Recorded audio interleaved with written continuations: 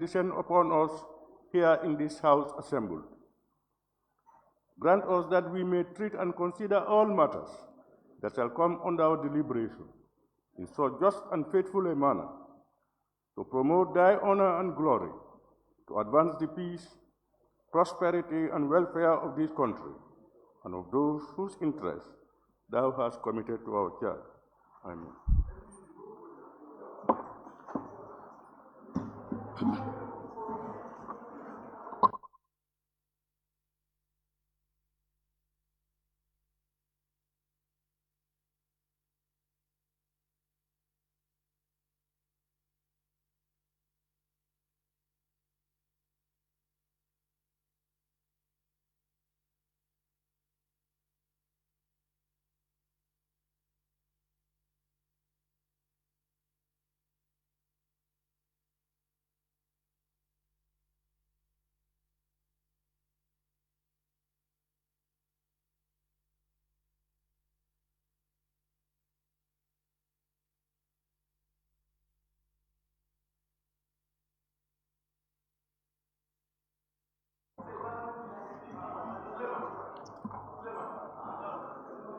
Clerk, may we proceed, please?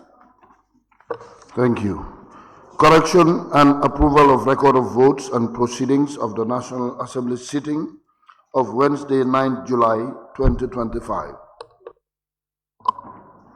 Honorable members, the record of votes and proceedings of the National Assembly sitting of Wednesday, 9th July 2025 is before us for correction and approval. Can any honorable member please move that the said record of votes and proceedings be considered and approved? Honorable member for Tumanna.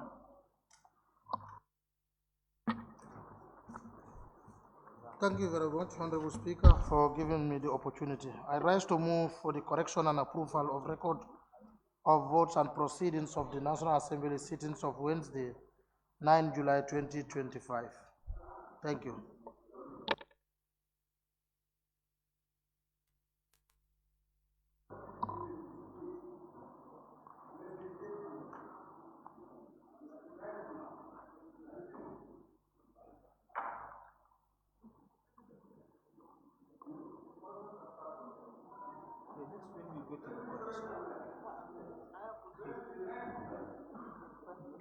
Yeah.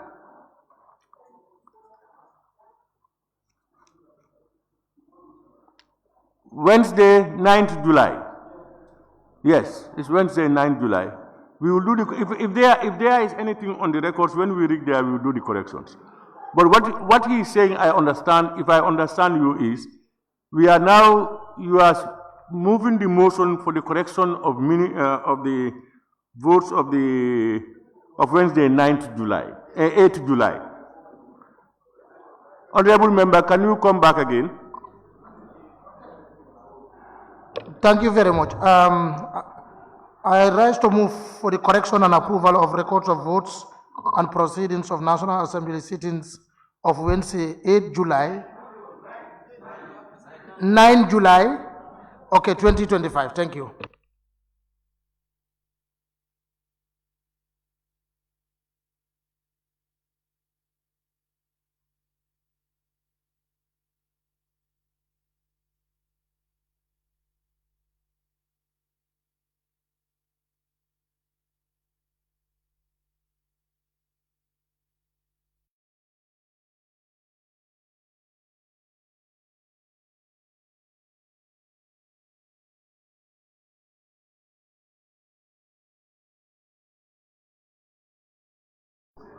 That one, when we reach the corrections, you can correct that.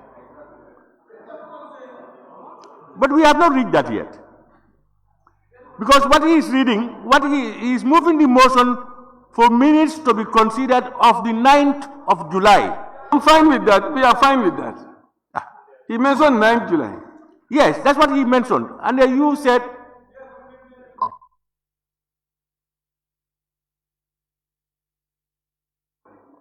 I should come back again, no? yeah, it's the 9th of July. Okay.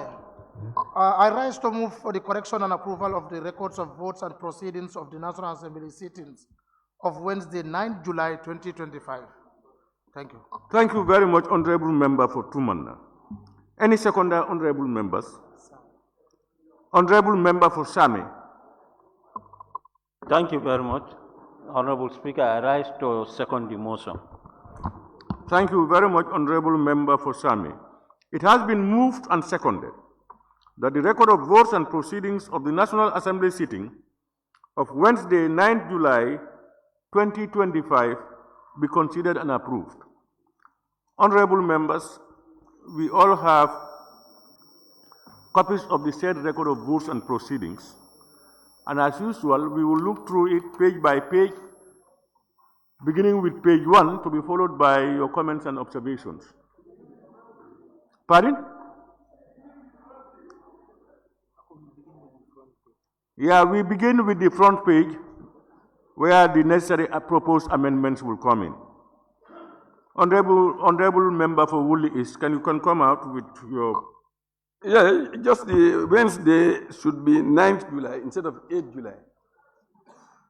So we correct that. Thank you.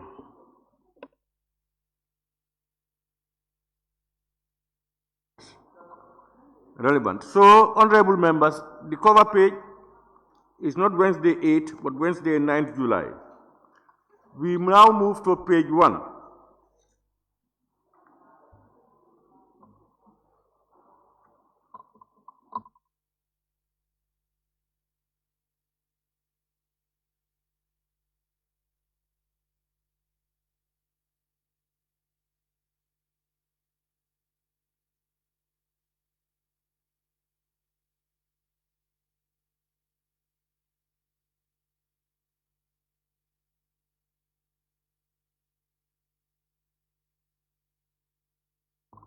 Honorable members, we move to page 2.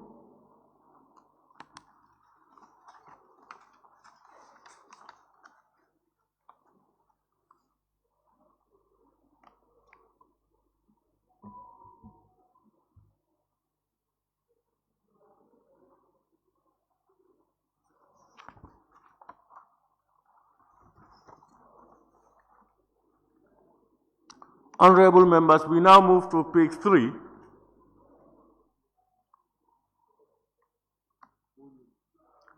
Honorable Member for Old-Yundum.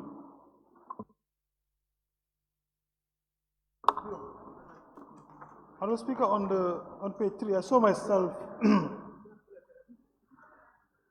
members absent without permission. I was on my way coming yesterday, and I had a funeral.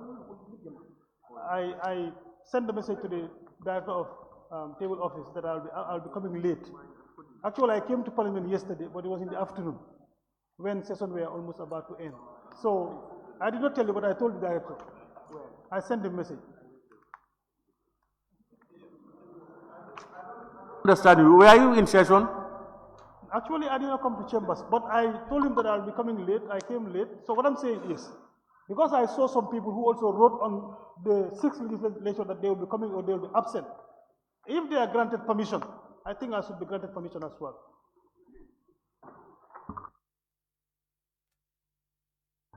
I don't understand. Did you take permission? Were you granted permission? The permission was not from you, but I sent a message to the director of table office that I'll be coming late, and he accepted my message. And in fact, I thought he would have told you that I'll be coming late. But I came in the afternoon when session were almost about to end. So that's what I'm saying. But you know, the problem, I think I have made several rulings on that particular one. Now, if not, I know I was not here myself yesterday, but I would expect that I have told the table office and I have told honorable members that when you cannot come, you either talk to me or you talk to the deputy speaker. This is what we have said. I have said that several times. For granting of permission is only going to be the speaker or in my absence the deputy speaker. Yes, honorable member. Yes, I think your ruling on that is very clear, but what the honorable member of Old-Yundum is saying, if orders also have a similar thing. They did not communicate to your office, neither you know the deputy. Their names should also go under absent without permission.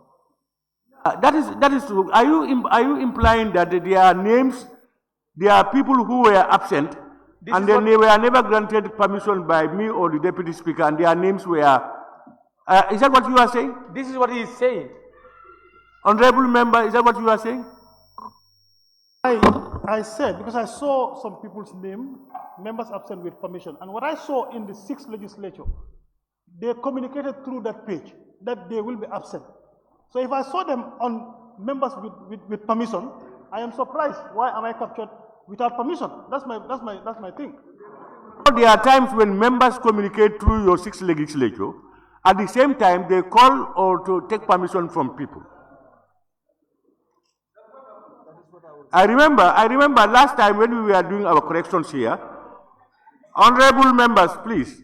The last time when we were doing our corrections, I remember Barry, is it Haruna? Haruna, I vividly remember he called me, he sent me texts and all these things until we talked.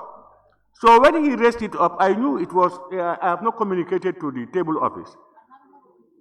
And he wrote, according to them, he wrote on the group, but he called me. So what we agreed is, if you know you are not coming, members can absent themselves without permission for a number of days or times. But then we will have to record it as you are not granted permission. If you want to be recorded as granted permission, I have told table office several times that it is only when we grant you permission that you can do it. Some members will send me texts, some members will call me, some members will call the deputy speaker, and all these things. Yes. Honorable member for Lower Saloon. Honorable Speaker, I think the member for Olinu is trying to confuse us. The only procedures that are taken is when you are in the chamber. The member came late, and again, there was no signal that we can identify he was here. And these procedures take in the floor of the house. If you enter in the chambers, then they can mark you present. But he was not here. And again, he said he came, but then the session was about to finish. He could not come to the chamber.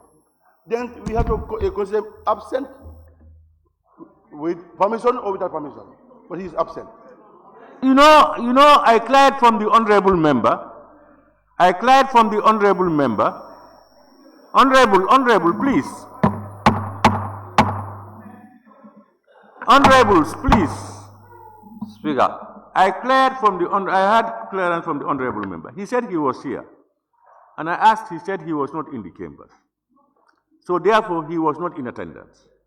Now, what is the problem now here is whether he was absent, he agrees. Is it with permission or without permission? And now, by the ruling, it means if he has only relied on your page, then he is absent without permission. Now, he insinuated that some members also did the same like him, and they were recorded under those with permission. That's what we want to verify. But what he said, he is only assuming.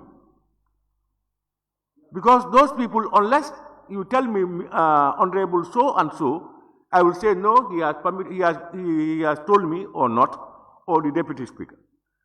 And if you cannot say that just because they have put it in the page does not mean they have not taken permission. I think we are very clear about it. Speaker. Yes, please. Okay. Nyamina. Yes, still now on the same thing. Based on the fact that he was committed to come up to the parliament, meeting chambers done, so you can take your speaker's ruling and give him absent with permission. Thank you. Speaker's ruling will have to be based on facts. If somebody else comes and tells me I was here but I was not in chambers, then it means I have to put him with permission.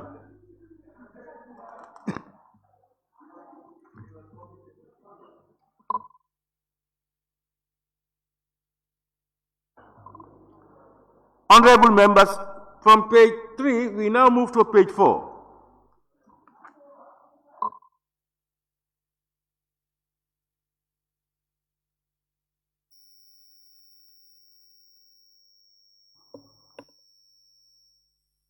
Yes, is it Honorable Member for Wuli East? Yes, page 4, you will see they are numbered. Number 2, which is saying there is an Article D before His Excellency. So we need to delete that Article D.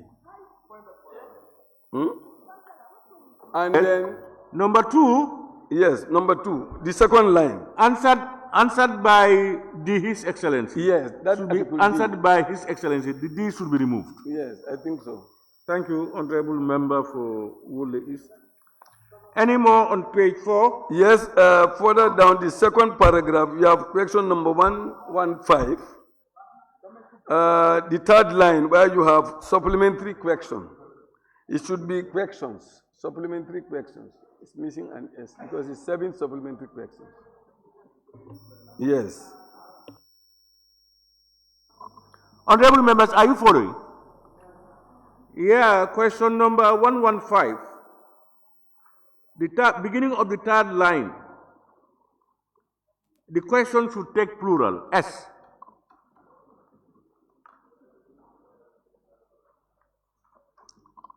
Any more on page 4?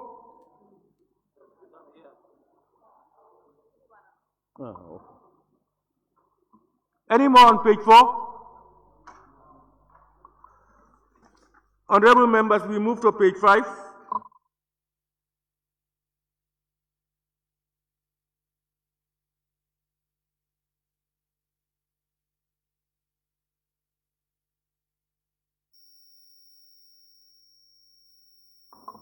Honorable members, we now move to page 6.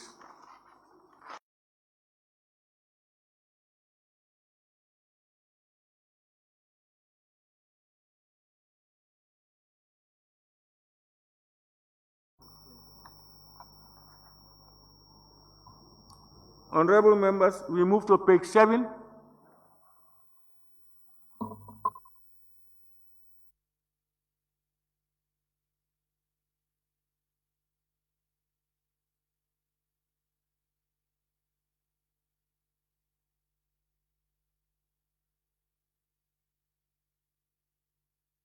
Honorable members, we now move to page 8. Yes, Honorable Member for Woodley East. Yes, question number 144. The second line, the last phrase there, it was therefore was not treated. So we removed that was after the therefore. We removed that one so that it flows. Members, question number 144, second to the last one. Question, it was therefore was not treated. It was therefore not treated. After the was after therefore should be removed. Are you following? Any more on page 8?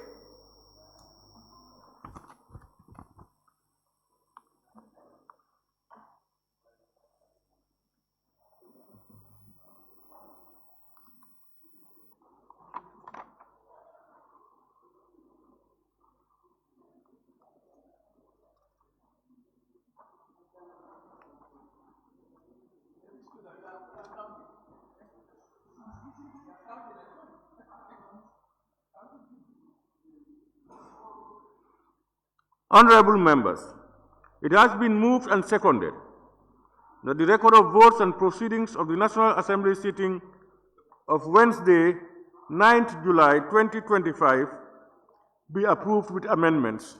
Those in favor, please say aye. Those not in favor, please say no. The ayes have it.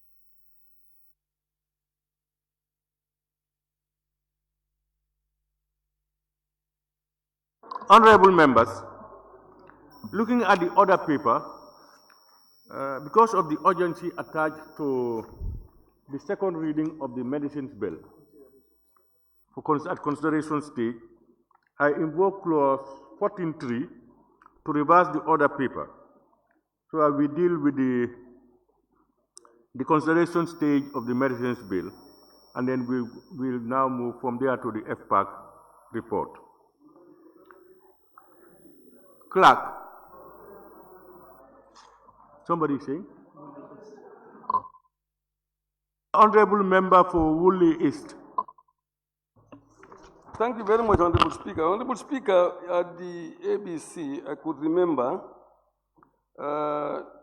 the Minister for Tourism should have come to respond to the GT board report. But I have not seen it in the other paper today. And tomorrow is adjournment, so I don't know. It's also not in tomorrow's other paper as published. The GT board, the minister should come to respond to the GT board report. No, we did. It was there. It was.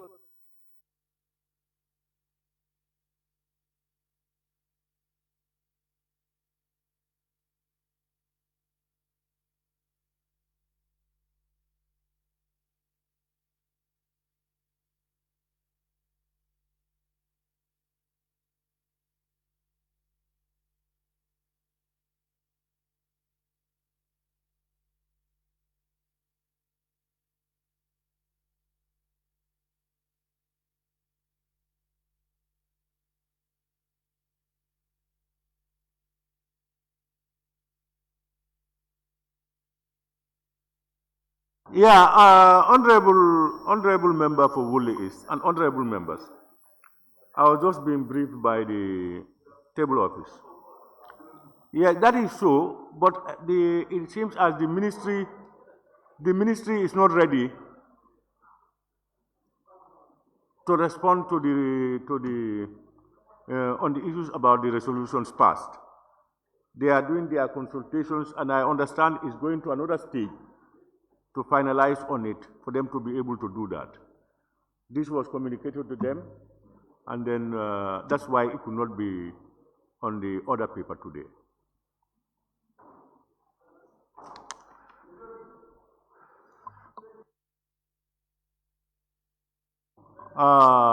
Clerk, may we proceed?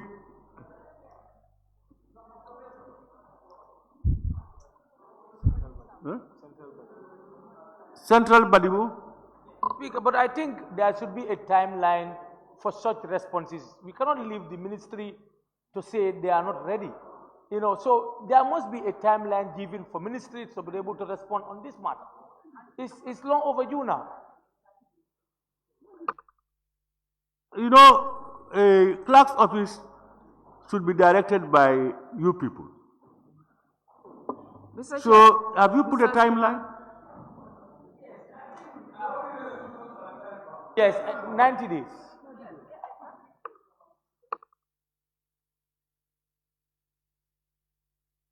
I mean, if for instance, I don't know the details of the circumstances, but from what I understand, is that they are looking at it. I think it is even moving to up to cabinet level. That's what it delayed.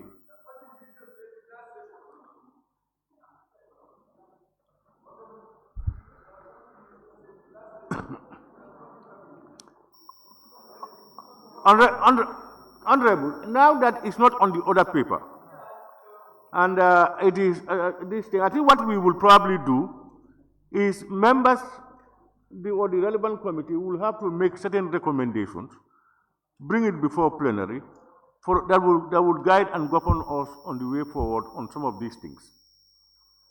Because naturally there may be times when the deadline may not be met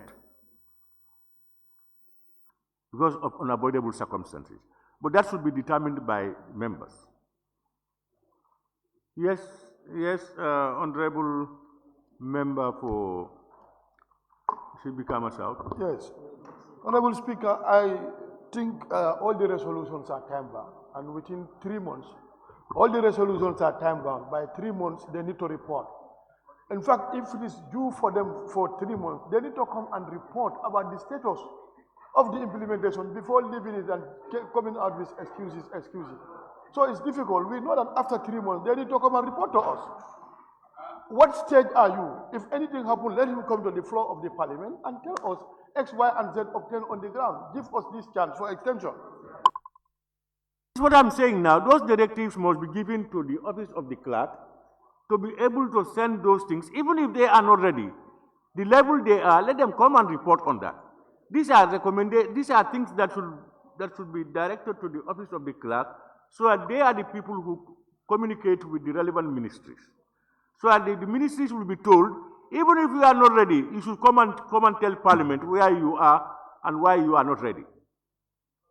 Yeah, I think that's what you are saying. So those things should be communicated to them. Clerk, may we proceed? Thank you. Bill. Order 72, consideration stage. Consideration stage of the Medicines and Related Products Amendment Bill 2025 by the Honorable Chairperson of the Select Committee on Health, Refugees, Disaster and Humanitarian Relief.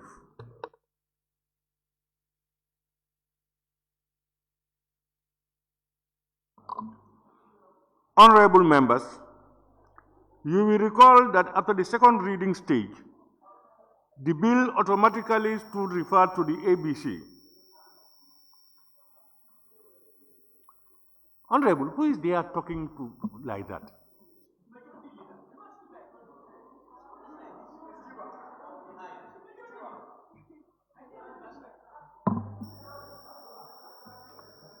Honorable members, you will recall that after the second reading stage, the bill automatically stood referred to the ABC. Therefore, the bill is appointed today for the consideration stage in accordance with Order 72 of the Standing Orders. During the consideration stage, members shall have the opportunity to give detailed consideration and scrutiny to every clause and schedule in the bill. This stage also provides the first opportunity for amendments to the bill to be debated and voted on. I will now therefore resolve the Assembly into the Committee of the Whole Assembly to give consideration to the bill entitled Medicine and Related Products Amendment Bill 2025. The Assembly is now resolved into the Committee of the Whole Assembly.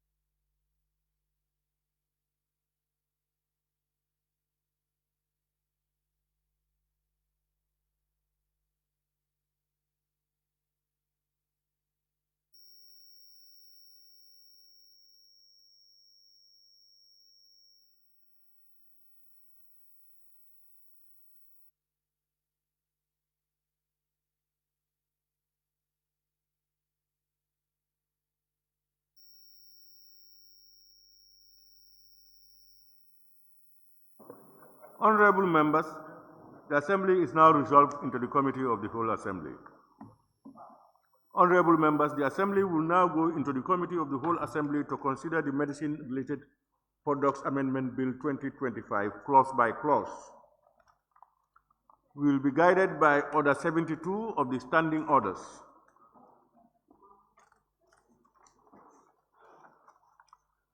During the consideration stage, and of course, the committee, the relevant committee.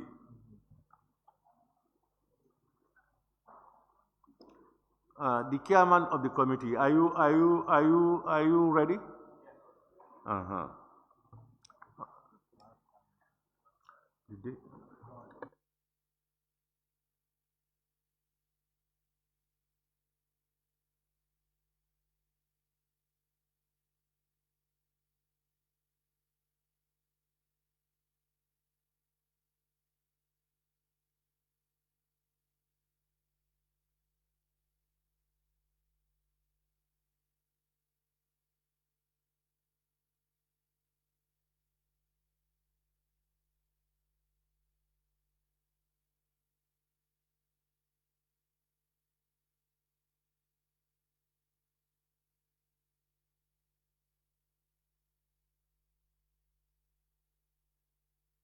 Honorable members, we all have copies of the bill, the green one, isn't it? But you also have copies distributed to you. Huh?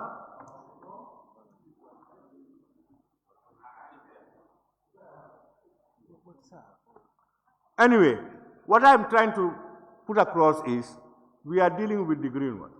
Whatever copies you have. This is the bill itself. All right? Yeah, that is the Medicines and Related Products Amendment Bill 2025. That copy. This one we are dealing with.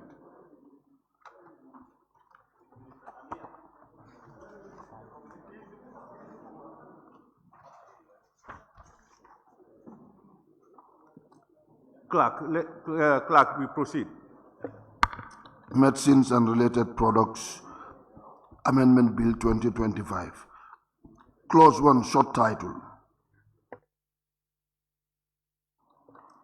It is proposed that Clause 1, short title, stand part of the bill. Those in favor, please say aye. Those not in favor, please say no. The ayes have it. Clause 2, Amendment of the Medicines and Related Products Act 2014. Yes, please.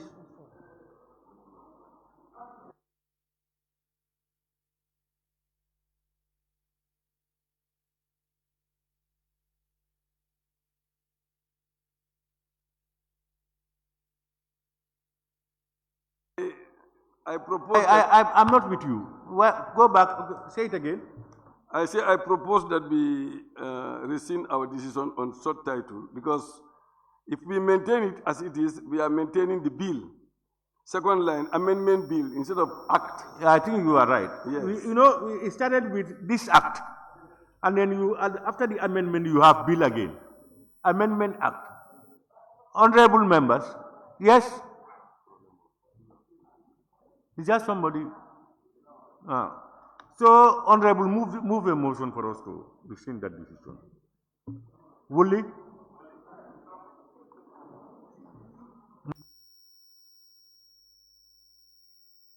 Honorable Member for Woolley, please move the motion.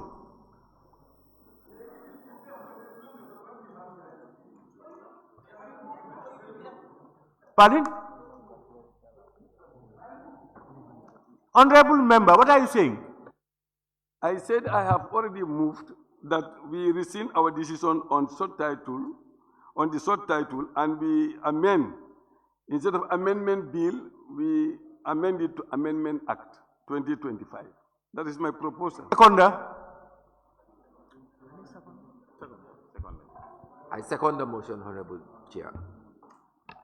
Honorable members, it has been moved and seconded that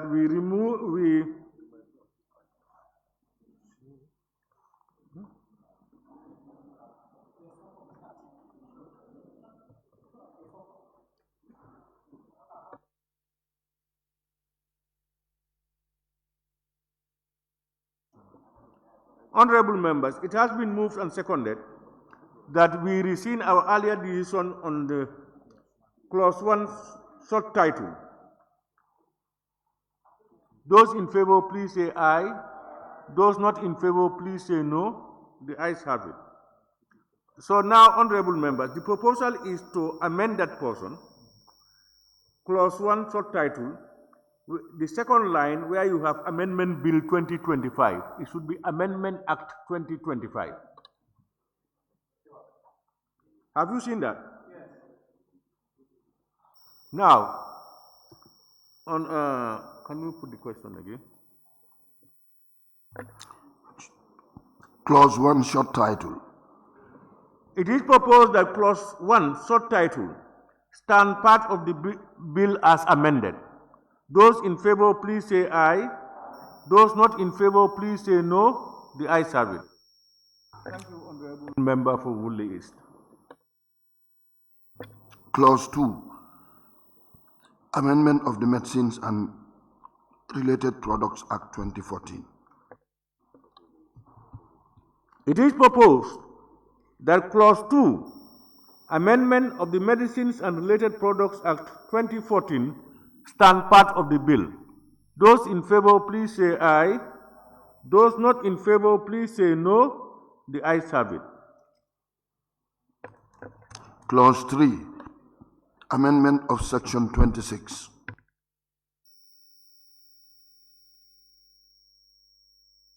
Amendments on that? Honorable member, chairperson of the committee. Yes, Honorable Chair, I think. Yeah, before I put the question, if you have proposed amendments, you raise it.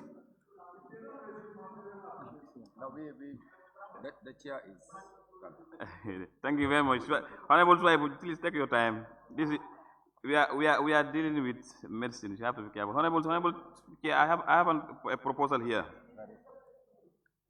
No, we are well prepared, my brother. Honorable Chair, we have a proposal here. If you look at subclause C, instead of approve for use and distribution, we are proposing for it to be source and approve for use and distribution. Source and approve for use and distribution.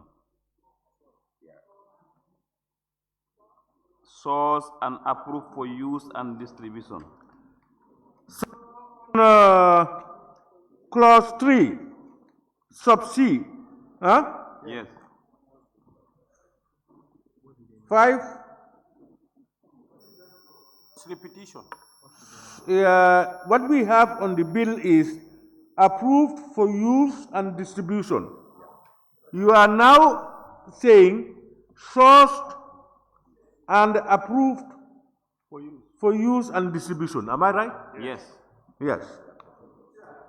Yes? Yes, on that source. What is that source? What's the meaning of source there? Yeah, well, how you got it?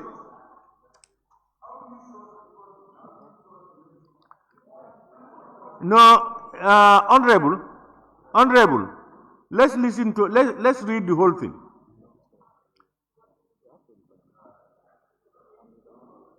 Honorable members, honorables, honorable member for Nyanija, can you read? Yes, thank you very much. Honorable Chair, let me just read from sub 5. Let's please. Oh, okay. Amendment of Section 26. Section 26 of the Principal Act is amended by inserting after subsection 4 the following new subsections. 5, sub 5 now. Notwithstanding to subsection 4, the agency may adopt a mechanism other than registration permitting a person to import, distribute, sell, supply, or exhibit for sale any medicine or related product, A, produced, B, manufactured, or sourced and approved for use and distribution in a country with a stringent regulatory authority. Very clear. Very clear.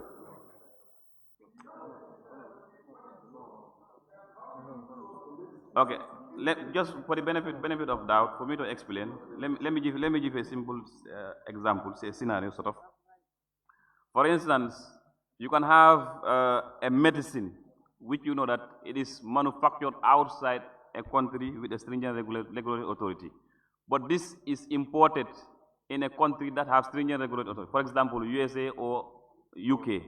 So now that regulatory authority, it is termed as a stringent regulatory authority. They will accept the product, approve it for use and distribution in their system based on all their quality control checks, text and whatever. So now as a Gambian, if you go there, you buy those products, bring them into the Gambia here. You have to rely on the approval at that country with the stringent regulatory authority, not actually from where it originated originally. Because most of these big countries, they have their farms, manufacturing companies, plants outside of their country. So that's why we are putting the word source there. For instance, a pharmaceutical company in America can go to India, buy this product, bring them to America, and they'll be approved for use and distribution in their country. Now, if you get them from America, it doesn't mean that it is like manufactured or produced there, but you are sourcing it from there. But we are going further to say whether it is approved for use and distribution there. That's the catch there.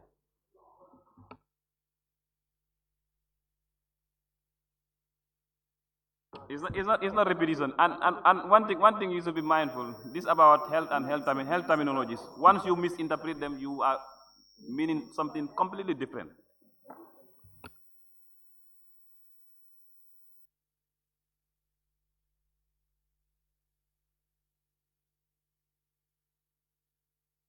Why is this Honorable Sabasanja? Sabasanja? And Willie, you are not listening. I want to explain. Yes. Yeah? They are lost.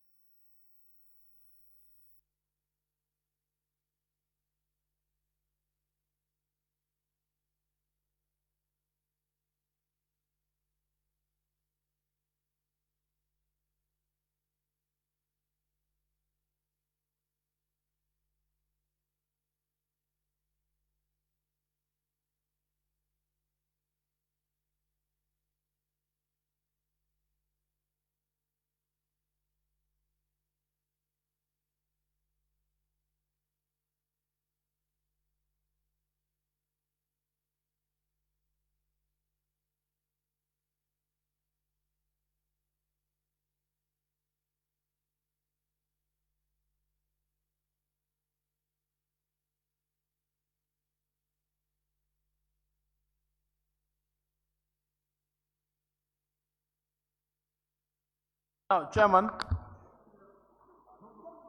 Chairman.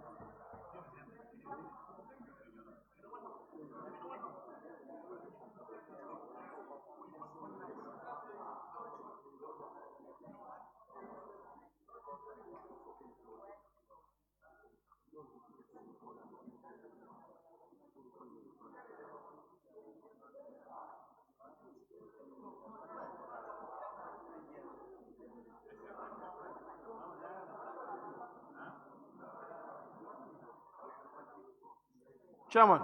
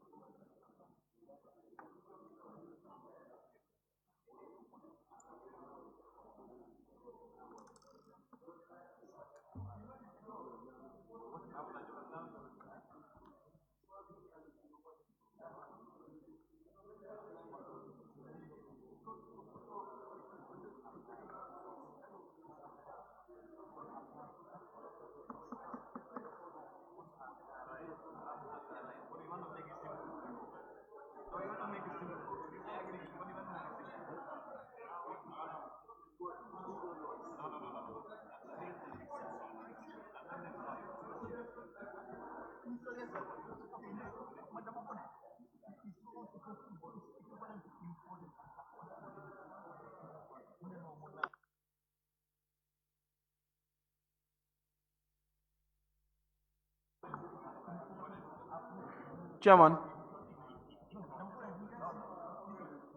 Yes. Majority Leader. Yes. So it's like we are deliberating on the new Musa. Hello, Musa.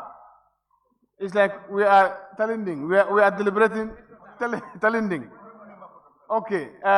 We are deliberating on the addendum they want to add there. That is the manufactured or sourced and approved for use and distribution.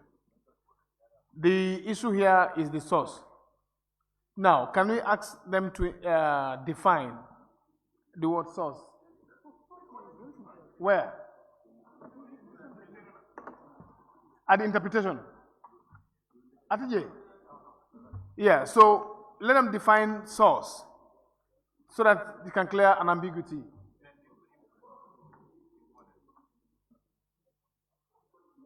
That might clear out the speaker.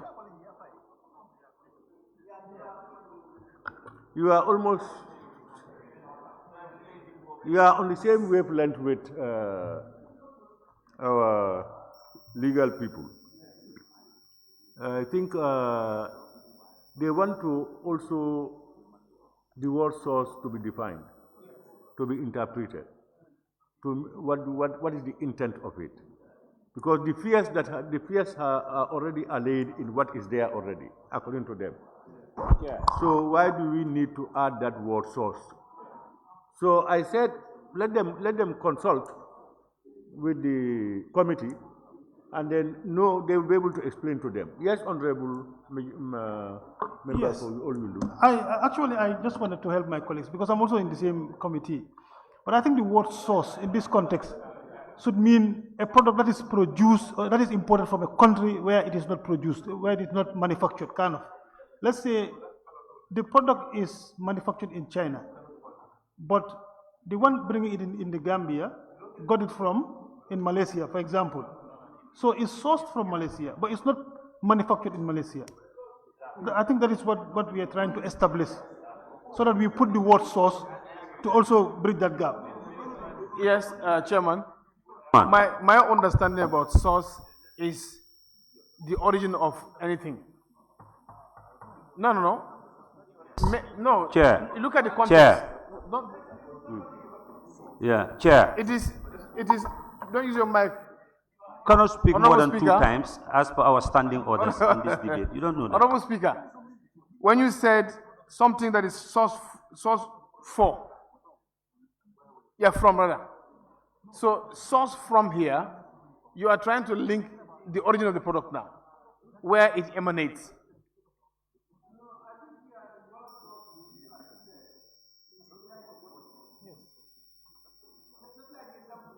Yes. Yes.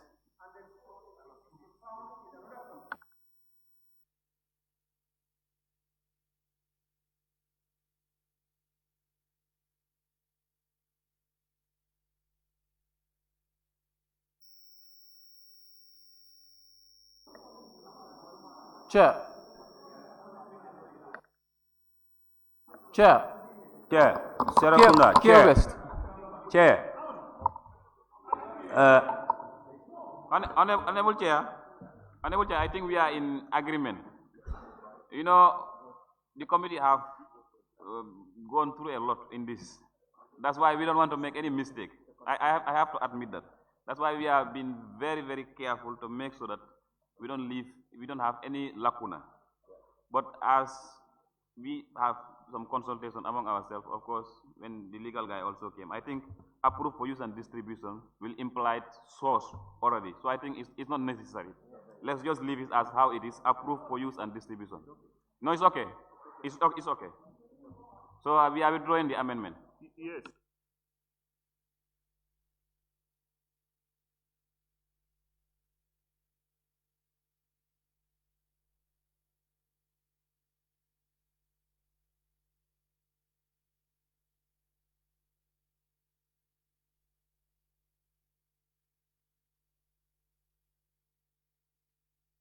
Honorable members, I will now ask the clerk to read it and then we will proceed.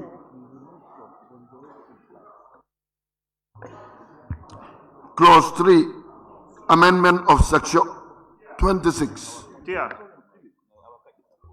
yes.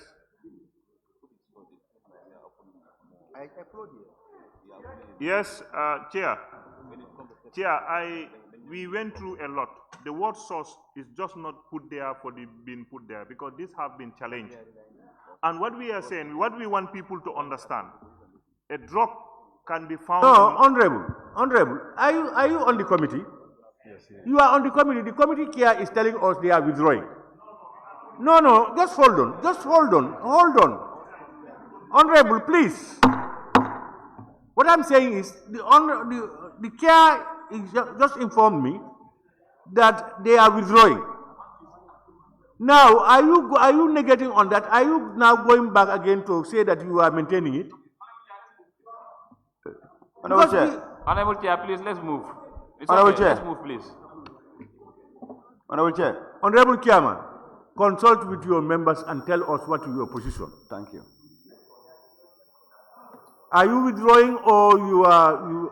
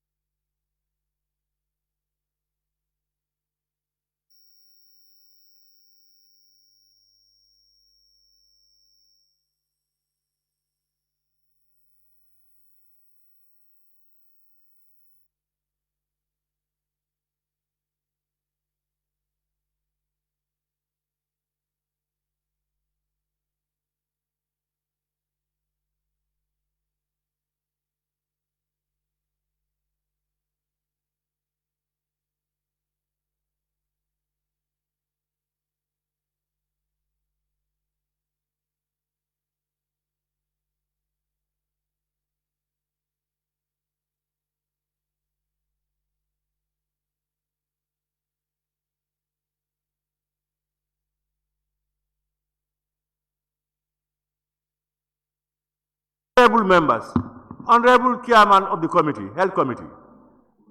Chairman, Honorable Chairman of the Health Committee. Yes, Honorable Chair. Honorable Chairman, what is your position? We want to move. There is no complication.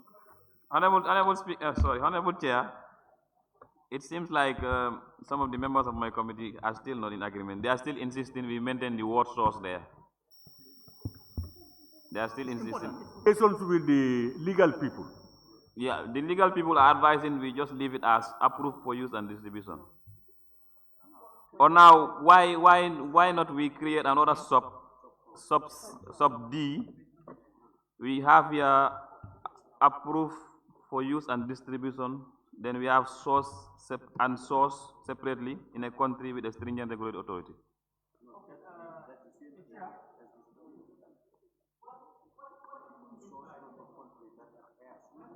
Actually, in my personal capacity and as my own understanding in this matter is concerned, when we have approved for use and distribution, it's okay with me. But it's a committee. it's a committee, and other members are saying different things. Yes. Yes, the committee is making a The proposal. committee must convince plenary or the committee of the whole house to accept their proposal. Yes, so definitely. So let them come if they think they are, let them define that source for us. Just a minute, Honorable. Chair. So let's take it. Now we remove all of you say now manufacture, produce, source. Yes. Yeah, Honorable Chair, thank you very much. I can see that the committee is still insisting to use source. So, Chairman, can you hear? Chairman? Yes, so the committee is still insisting that they want to maintain source. And then they want to, what is the spirit behind the source? Chairman, are you listening to us?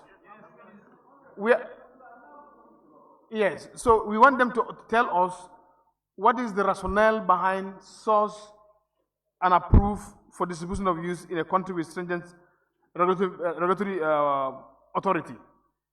Why not we now benchmark it to our own country? We want to know what is the intent of this? The honorable member for Olunum said it. He gave an example of what they meant by it. Am I right, Olunum? He gave that. That's their understanding, and that's why they put it. That's what he said. That is, if, for instance, A is the manufacturer of the product, and it probably sent to B. And now for Gambia, for us, we got that product from B. Now it is sourced from B. For us, it is sourced from B, though it was manufactured in A. Now, if it is sourced from there, and it is qualified under this condition, that's what you call the stringent regulatory authority. If it is qualified, then that's what they want to insert the source. So it's not only where it is manufactured, but also if you source it somewhere where it is not manufactured. I think that's what they want to include. Yes, Honorable Chair. Kia West. Yes. Honorable Chair, just to align myself with what you have just said, source is either where it is originated from or where it is obtained from. Do you understand? If it is originated from somewhere, but you obtain it from somewhere, they are both sources of a particular product. But where you obtain it from, that is your source. So that is also correct. It may be manufactured somewhere, but then we obtain it from another place, different from where it has been manufactured. So it's a source. Chair. Where the product is manufactured and where you sourced it from may be different. I think that's what they want to capture. That's what honorable member said. Honorable Chair. Honorable Chair. Yes, go ahead. I think you are almost in the same wavelength with us. You have product manufactured by A, but it is in the hands of B. You want to get it from B. Now you are sourcing it from B. But again, before you get it from B, it has to be approved by the authority in the country where B is. Because we want to rely in that stringent regulatory authority.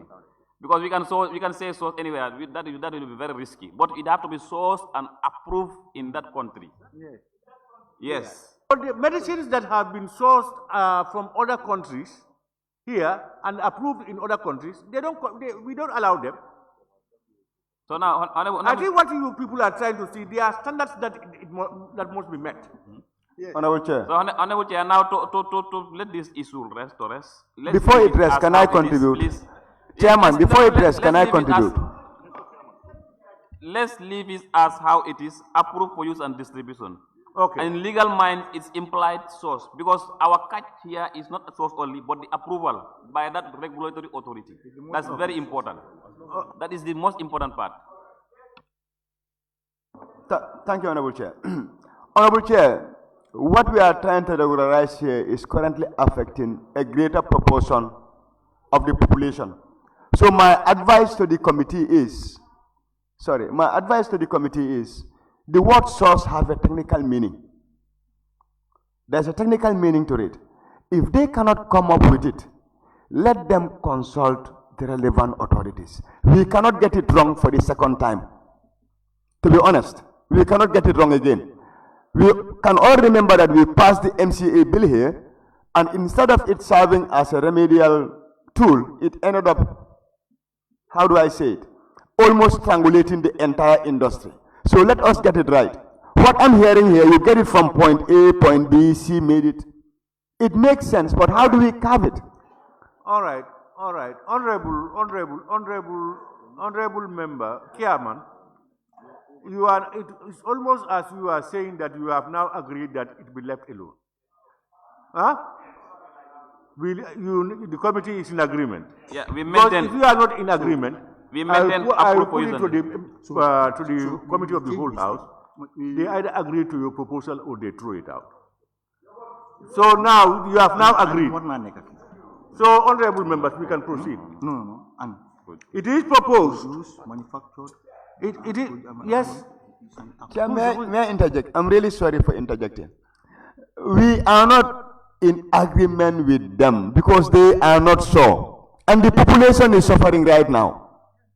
They are suffering there. Honorable, but I think it's very clear. Yes. They wanted to insert source from it. Now, after consultation, they have found out that it's not necessary. As it is, it goes to satisfy whatever they wanted it to be done. Am I right? This is what they said. Yes, Chair. And they have consultations with the legal people also. I think they have the same thing. Honorable Chair. So to add something that may give it another meaning, different and makes it more complex, is what they want to avoid. Okay. Yes. Honorable Chair, don't you think it is also important, instead of or we put an? Produce, manufacture. Produce, manufacture, and? Approve. Or it's the drafters that should help us.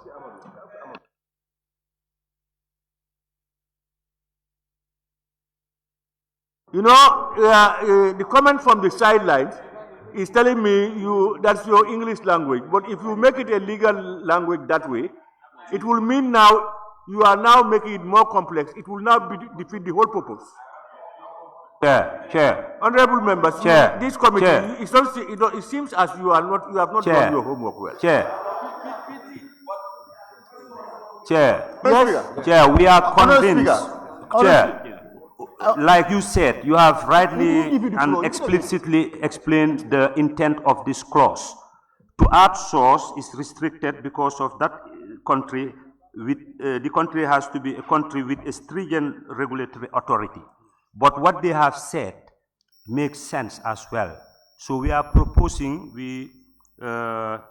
bring in, I am proposing that source, we can bring in a new sub-clause and add it there.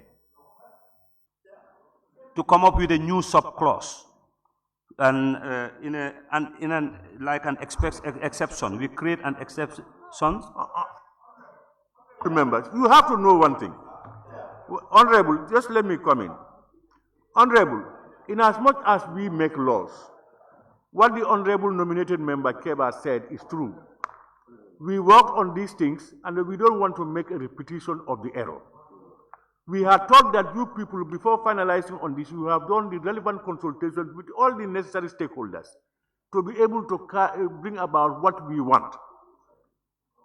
Now, but if you come here without those consultations, you want to add, and we are not qualified enough to be able to give definition or interpret that clause, and it can create another problems. Why we should be sure of something? We just should be using words. Honorable Speaker. Yes. Yes, definitely we have done thorough consultation on this, and this word source came from the consultation with technicians, MCA. But we as a committee, we are convinced by the drafter, the suggestion that source is a duplication. Because if you look at it, manufactured for, it's the same as source. You understand? So that's what gets us from our position. But we did a lot of consultation. But the drafter said it's almost the same as manufactured or produced for use. That is source, and he's right. So it's like a duplication, but it might not be wrong to put it there. But even technically, for economicals of words, you know, if we remove it, it's the same thing. Because if you manufacture it, it is approved for use and distribution from a country. That's all. So it's fine. That's why we. You see, the draftsman was telling me that he is not opposing it, but you have to define it, you have to interpret it. Because otherwise it can give the whole thing a different meaning from one person to the other. And I asked him, you know the intent? He said, he explained to me and told me the intent, which is true. This is what we want. And he said it's captured enough in what is already there. So if you are to add a word that we are not sure of and then it goes to give it another meaning, we are going back to where we come from, what Keba was trying to asking us to avoid. Honorable Chair, I think we can move. Yeah, I think we can move. But to clarify one thing, Honorable Chair, to clarify one thing. You see, before there was nothing like produce or manufactured. Anything that comes, there is no other alternative. You have to register it. That was the issue. So now, when this produce and manufacture came in 2023, now you can, if it is produced or manufactured in those countries, you can list it and you move on. But now there is another problem. Not everything is produced or manufactured in those countries. That's why we want to add the products they are using and is approved by their regulatory authority. Finish. So we are good to go. Yes. Yes. Yeah, I think we agree with them. We take out the word source. Because source is giving us, in fact, the technical meaning of source is the origin of the product. And you people are saying the origin is India, and then it's taken from India and taken to America. So you are thinking that America is the source. When you take it from, so I think we leave that out. Honorable members, Chairman. Yes. Honorable members, Chairman, it is proposed that clause 3, Chairman, amendment of section, Honorable, please, we have done, accept or reject. It is proposed that clause 3, amendment of section 26, stand part of the bill. Those in favor, please say aye. Those not in favor, please say no. The ayes have it. We continue. We are leaving it as it is. Did you just vote for 26, the whole of 26, or 26 5? 26 is the whole of 26. 26 is the only one. No. Honorable, I told you that by clause. There is only one clause. It's clause 3. They are all part of clause 3. There's only one clause. There's only one clause. Where?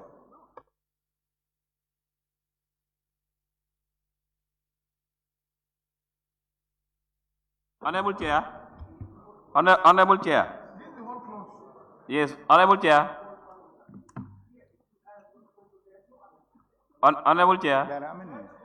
Honorable Chair. Yes. Technically, we are done, but I think then I have to move a motion within our decision, because in the interpretation where it says subclause 7, where it is defined in stringent regulatory authority, quality, safety, and product, there are some amendments that we want to propose. Because the definition as captured by the drafters, it's sort of outdated. Honorable, you very well know that we are dealing with the clause by clause. And you very well know that those places are form part of clause 3. Huh? All right, before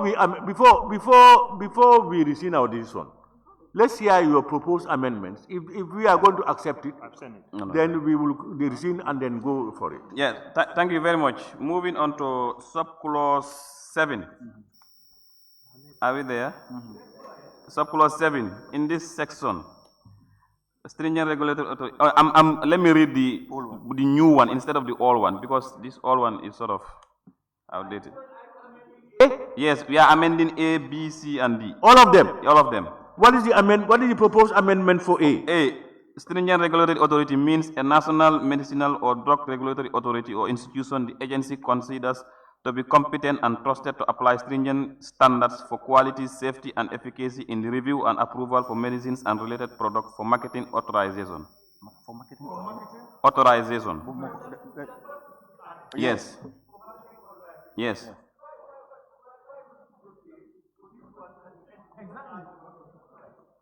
Honorable Chair, excuse me, it escaped my mind. It escaped my mind. Sorry. Yes. It's a new thing. So what were the changes? Where do you... Now we move to B. B,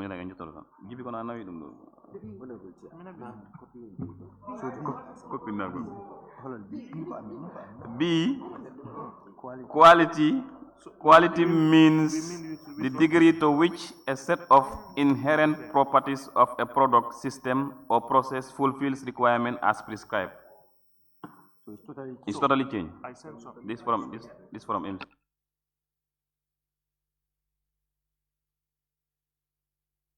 Honorable, please. C. Honorable Chairman, please, whatever you are doing, you stop that and then read these things for us. C. Please. Safety involves the continuous assessment of risks associated with a medicine or related product throughout their life cycle to ensure that the benefits of the product outweigh its risks for the treated population. And D, efficiency means the measurement of a medicine or related product desired effects in ideal conditions. Where did you obtain your these definitions? amendments? Very poor definitions. Just hold on. Honorable, how did you come by these proposed amendments? You know, Honorable Speaker, when we are doing our consultation, we consulted Medicine Control Agency, likewise the Ministry of Health, and these definitions, when we shared with the MCA, the initial gazetted bill, they said some of these definitions are not correct. We have to change them. So that's why they proposed this one, based on. I don't get you. We are on different wavelengths.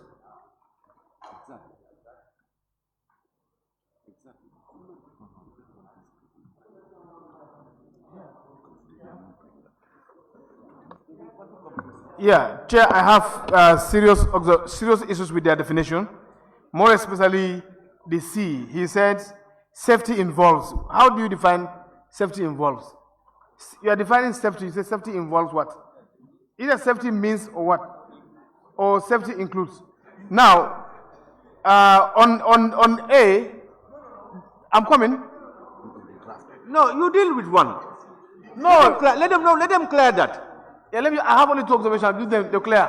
No, let them clear one. You go to the next one. You have asked an important question. Ask them. Yes, Chairman. You said safety involves blah blah blah.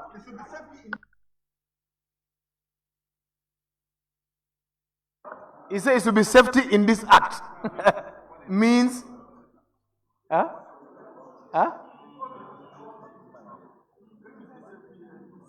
Yes. It could be, hello, Amadou, safety in this subsection. Member for Nyani. Honorable, let's get some things clear. Honorable Member Chairman, Honorable, this one that he is quoting, the majority leader is quoting, it cannot be for the act. Exactly. Because if you look at 7, it talks about in this section. In this section. So it's not talking about in this act. 1. So you cannot expand it to involve the whole act. Exactly. 2, what he is telling you is safety involves. What does that mean? Because you can say safety, we are talking about defining something. Safety means. But what safety involves, he is asking that question. Yeah. And then you are to clear his doubt on that. And second, Honorable Chair, thank you very much. Thank you very much. You know, these are medicinal terms. These are medicinal terms, and then many a times, whereas a profession clash with another profession, sometimes it's a problem. But for this one, let us rely on the drafters, because if not, we might make mistakes. Let's rely, because this is law. This is law. So honestly, Honorable Chair, allow me, please. Allow me. Because I was just making some cross-referencing, like for A, for marketing authorization, that is not necessary there. The amendment there is not necessary. The amendment we are proposing there is not necessary, if you look at it critically. So if you go to B, it's just a matter of changing, making it more simplified. But I think, as far as drafting is concerned, this is okay. It's okay. On that same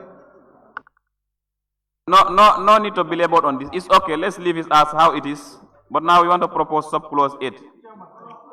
What should have happened was, you should have, your technical people, they should have been here. So that consultation can follow. When they give you something, they should be here to give you more information as may be required and demanded by the members. Double Chair. Chairman, yes. Yes, Honorable. Yes, also, Chairman. Oh, don't go to the next one. He said they are withdrawing all. No, what I'm saying, after giving them those amendments, what they could have done, they would have also even consulted our legal department here to help them in the drafting of the language. Because if you said the first one for marketing authorization, would ask you to interpret that or define what is marketing authorization. I think we are wasting time now. Honorable Chair. No, I think we are wasting time now. Chair. We propose something and we are withdrawing. They are withdrawing their proposed amendments. Yes, we are withdrawing. Now we just want to have another. No, Honorable Chair. Please. I want to Honorable, please. No. Honorable, I will give you floor, but when somebody is speaking, wait until the person lands. The person cannot conclude. He may say that 6 weeks for it to end there, but I will not make it end until we hear from everybody. Yes, go ahead, Honorable Chairman. This is only our personal thing. Yes, for the amendments on subclause 7, A, B, and C, and D, we are withdrawing based on drafting advice. We will leave it as how it is. But we want to propose another subclause 8 that we've sent to you.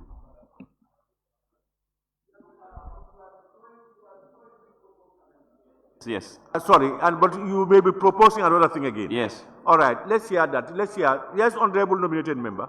Yes. Honorable Chairperson. Honorable Chair. The main reason I'm asking you because I was interested in your definition. Sorry.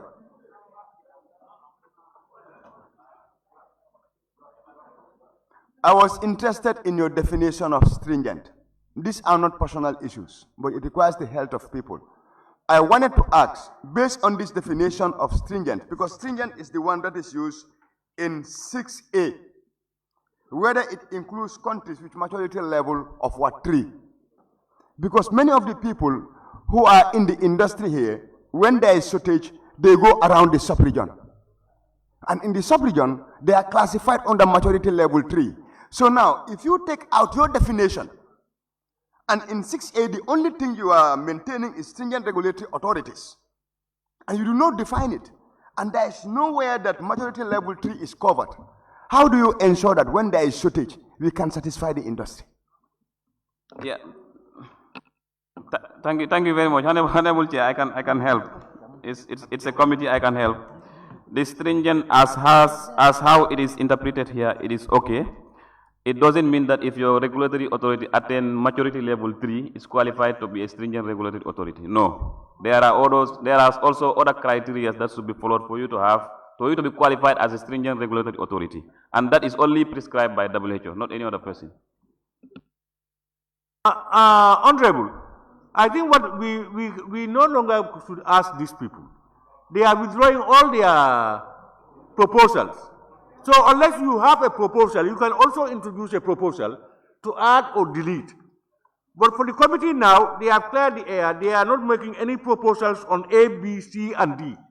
Chair, can I ask them one last question, Chair? Is it on that, Honorable? Just related. It's not on that, but kind of related. Honorable, no more. There should be no more questions for them. They propose an amendment. No, it's not on warranted questions. Now they are not proposing anything. I'm not on ABC then. Pardon? It's not on ABC anymore. It's now, a different question. Yeah, then we are now dealing with A, B, C, and D. Let's clear that out, then we go to the next stage. He said it's withdrawn. So this is why, Honorable, members want to talk on that A, B, C, and D.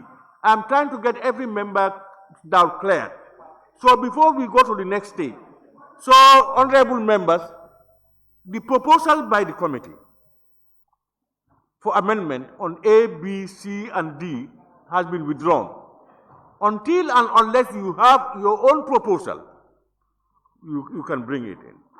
So if we have agreed on that, then we now move to the next stage, and they have another proposal, that's the committee. Yeah, that proposal they are proposing is said an 8, clause 8, sub 8 rather. Now, may we hear you?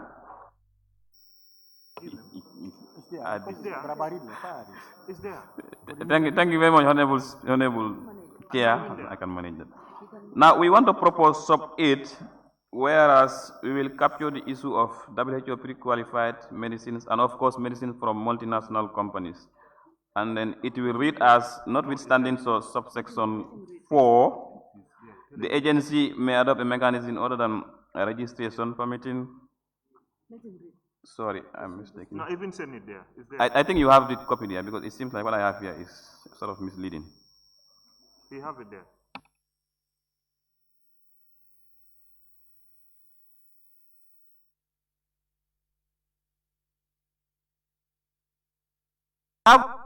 Submitted by Lower Fladu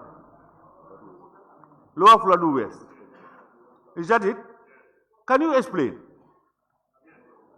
Yes. The reasons are, yes, the reasons for the, currently, for example, the anti-TB drugs. These are drugs that can only be accessible under the WHO pre-qualified assessment. And it makes it very difficult. So that's why we are amending some of the multinational company and also WHO pre-qualified medicine. So that is the reasons why we put that. WHO is stringent. No, stringent is a country, but WHO will give you the certificate for you to be known to be stringent. But also there are drugs companies, these multinational companies, they are manufacturing drugs that are under WHO pre-qualification. For example, the vaccines, the anti-TBs, and the UNFPA drugs, and the anti-malaria. So they are sectional under WHO, like they are just pre-qualified for WHO. So they find it difficult currently, the country is finding it difficult because that is the standards. So that's why we ask now, we add in something to make it WHO pre-qualified. Under the current act, yes, certified drugs by the WHO, we don't usually allow them. The act have no provision for that. Let me help. No, let me help. Let me help. I think you're getting things more, it's more complicated. Honorable Chair, what we are referring to here is registration of medicine and related products. It's not necessarily any other thing. What we are talking about here is registration. When medicine come, how it is registered and so. So now this WHO, these drugs that are used in public health programs, and of course some drugs coming from multinational companies. Some drugs coming from multinational companies. If they bring them here right now, the procedure that is happening right now, they will only waive because they will not meet the criteria for registration. So now that's why we are proposing for the agency to have another alternative other than registration for them. Because right now they come, they approve. They approve based on like that. So now they want to rely on a legal base. They are the ones who propose this.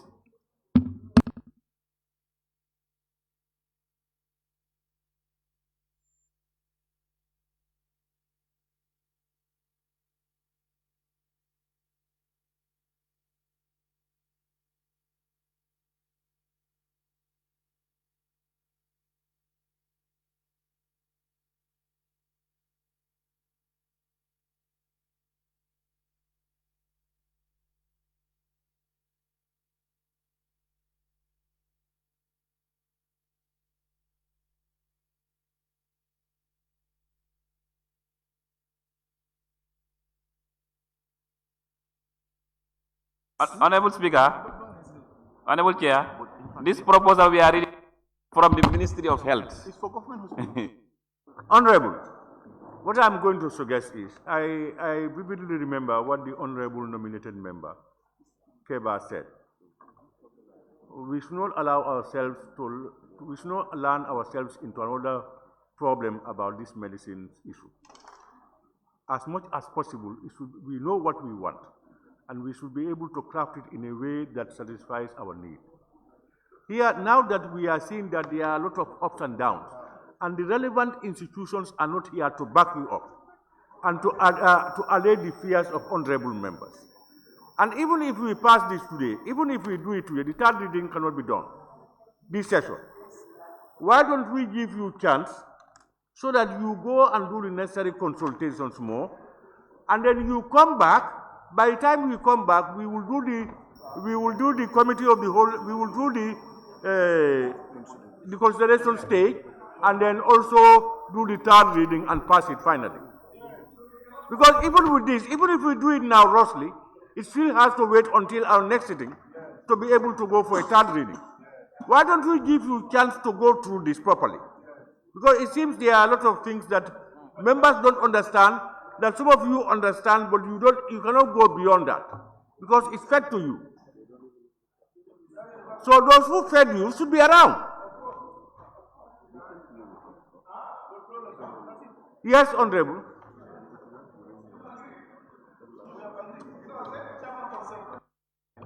Yeah, I think it's not bad, because what you said is right, because this particular part, in fact, deals with the challenges the ministry is facing.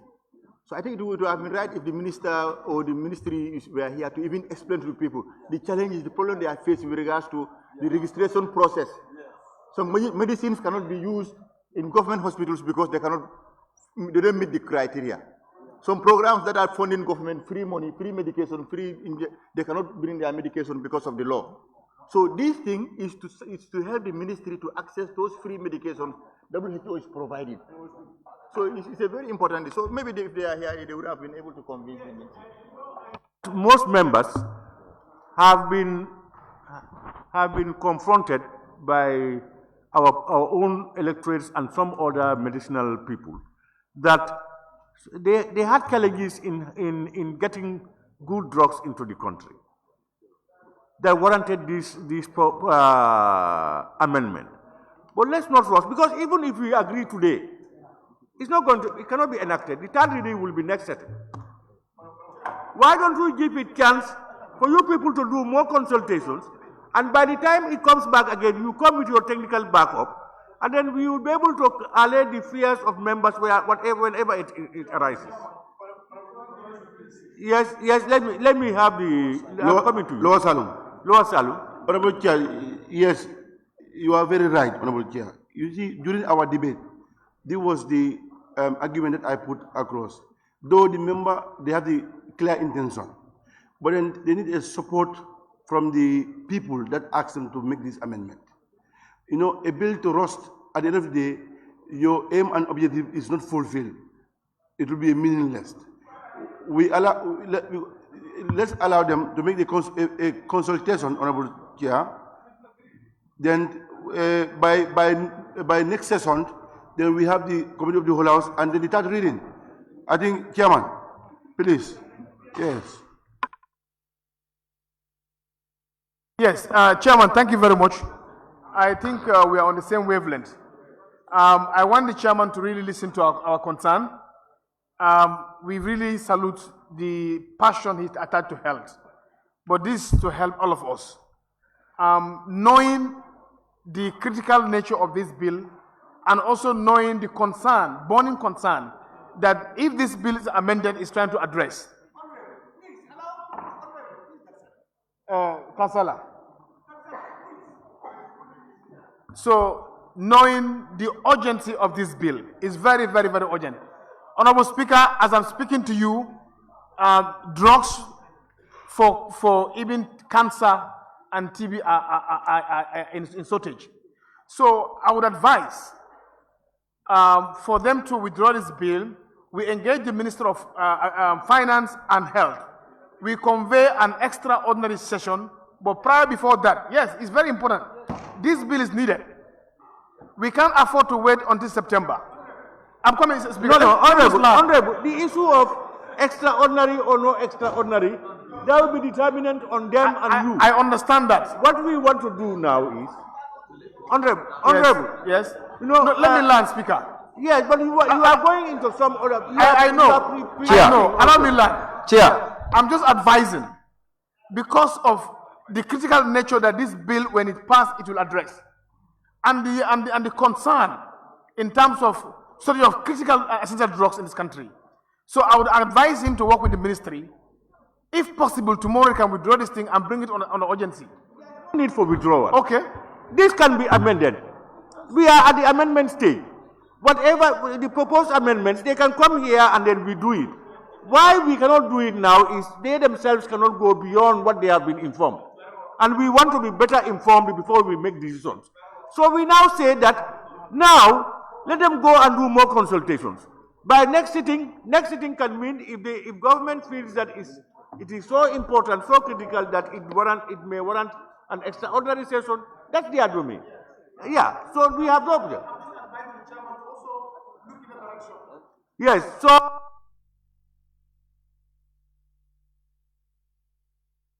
I think we can do it that way. Chairman. Yes, Honorable Chair, thank you very much. I think we can do it that way, and the only reason why I'm agreeing is because we cannot achieve third reading this session. But with regards to consultation and of course in-depth knowledge about this, the committee is well consulted and we are well informed about everything that is here. I agree that probably some of the terminologies we use, maybe some members don't understand. But there is no member of the committee who will tell you we don't have series of meetings about this issue. So now, no, Honorable, you have series of meetings. Yes. But you are not well prepared in the sense that your technical people are not with you. Honorable Chair, here our technical people here are the legal people because this is a committee bill. Yes, these are the committee bill. These are technical people here. The ministry officials. Honorable Chair. The ministry officials are not here, and I agree with you. Since we cannot start reading, no problem. We can suspend the consideration. The legal people can only draft and give to you your consent. What the legal people do is, you tell them what you want, and they draft it. This is what they do. Who is talking? Huh? Banjul, not yes?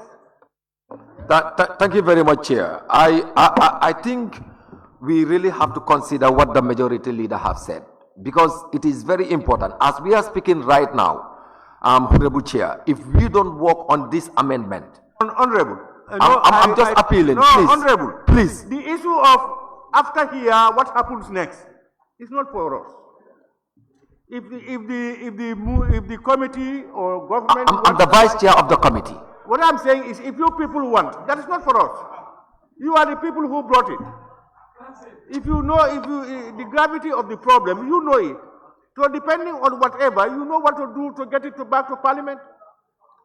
So let's not go into those nitty-gritty. Majority leader has said it. So, honorable members,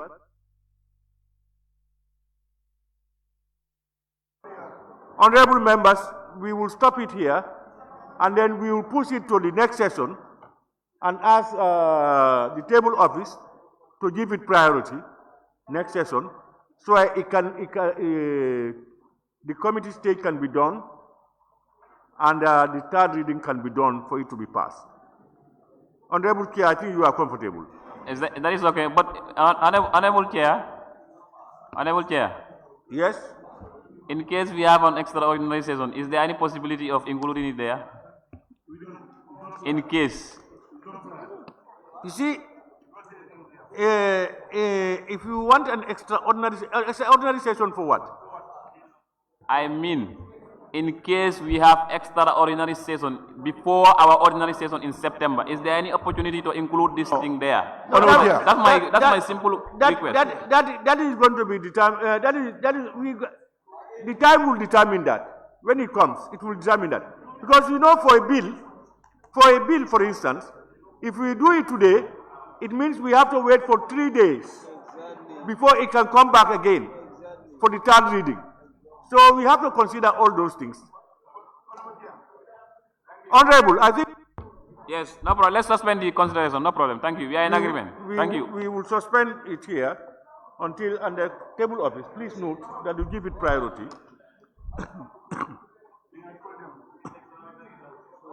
So we will suspend and then we will go back to resume. Yeah.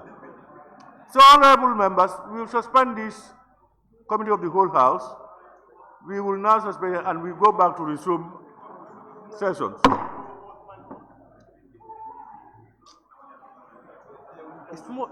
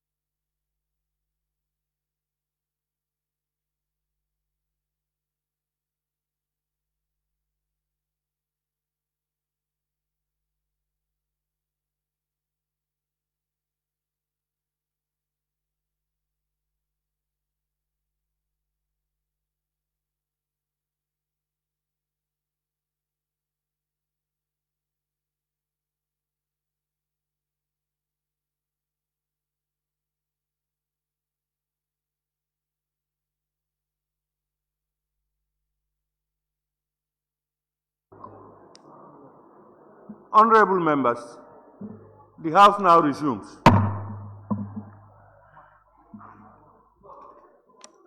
Clerk.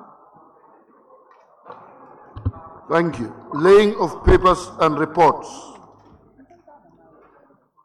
Debate on the report of the National Assembly Joint Committee of Finance and Public Accounts and Public Enterprises on the parliamentary inquiry into the petroleum product of 36,953.614 metric tons valued at $30 million by the Honorable Co-Chairperson of the committee.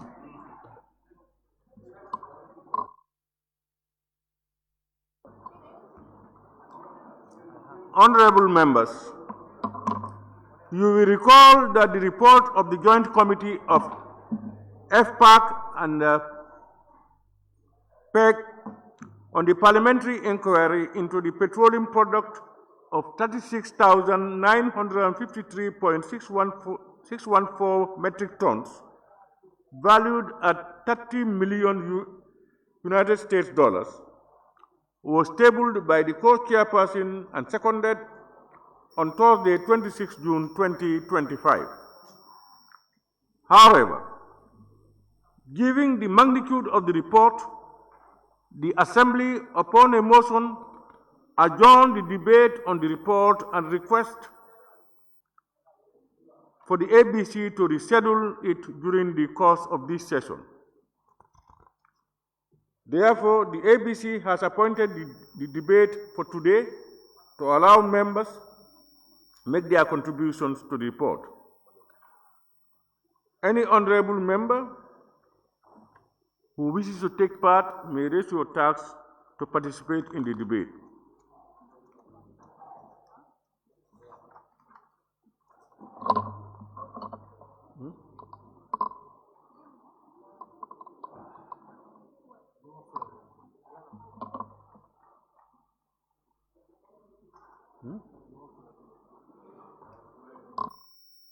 Honorable Member for Lower Fuladu. Thank you very much, Honorable Speaker, for giving me the floor. I thank the committee for doing what they were tasked to do. Going back to the motion, we understand that there was an alleged corruption, there were alleged tax evasion, and they were alleged on fraud. The committee prepared their report after. Sorry, Honorable Member for Lower Fuladu West. Honorable members, you know, the ABC timed this, gave 2 hours for this debate, if you remember.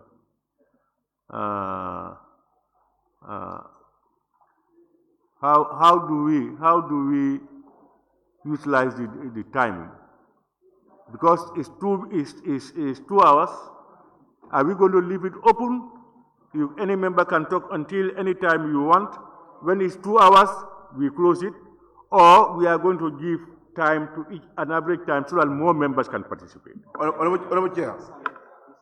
Yes, Honorable Majority Leader. Speaker, thank you very much. Parliamentary business are time bound, and to give more members to contribute, I think is fair enough for us to pay at least 5 minutes per speaker to take part of the debate. In 5, anything you cannot say within 5 minutes, you cannot say anything again. So 5 minutes is enough. Yeah. 5 minutes is enough for us to, but that would be like 5 times. Yeah. Yeah. So at least 24 members would have an opportunity. What is your proposal? 5 minutes. At least 24 members would have had the opportunity to. Yes, Lower Salum. Thank you, Honorable Chair. I think by the approval of the ABC committee, 2 hours was given for the report and 10 minutes for each at the ABC committee. So I think that proposal should be given to them. If they agree, or salam. If they don't agree, or salam. But that was the agreement. 10 minutes. Honorable Speaker, point of order. Honorable Speaker, point of order. I faintly remember that before you come in, I remember we discussed these 2 hours and then we debated how long should we give allocate to members. And if I think what Honorable Member for Lower Salem said is true, that we agreed something like 10 minutes. Though there were divergent opinions, but the majority said we do it for 10 minutes. Now that it is now plenary's responsibility to accept or reject. Now we are here, the proposal was 10 minutes. Are we going by that proposal? Yes, Honorable Member. Honorable, when we say 10 minutes, that is going to be only 12 members will have the opportunity to take part in the debate. So I think that is on a low side. If you give 10 minutes, only 12 will have the opportunity to participate. And when it's 5 minutes, that will be 24. Well, what is your suggestion? I'm suggesting to have a bigger number. We make it 3. No. You are going to tell us your suggestion is 5 minutes, 10 minutes, 20 minutes. I'm coming with my own. I said to have a bigger number, we make it 3 minutes so that 40 members, 40 members can participate. 3, you cannot say. It's 3 minutes. Honorable members, now we are at fixing the time for each member. The proposal here, one of the proposal is 3 minutes. And the other proposal by the majority was 5 minutes. Majority, are you withdrawing for 3 minutes? Honorable, are you Honorable Majority Leader? Please, no, don't talk on his behalf. You cannot. Thank you very much, Honorable Speaker. Please. Based on the principle for many people to participate, I want to align myself with my submission, and I will do in 5 minutes. So you are now saying you are in agreement with the 3 minutes. 3 minutes. All right, honorable members. Latikunda Sabiji, I want to appeal to you personally. Please comport yourself. Please. This is a personal appeal.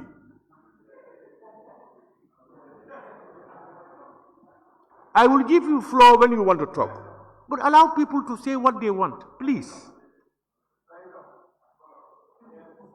Honorable members, what we have now is the earlier one by the majority leader has been withdrawn. We now have the minority leaders. 3 minutes is the new proposal. Are we having any other proposals? Yes, Councillor.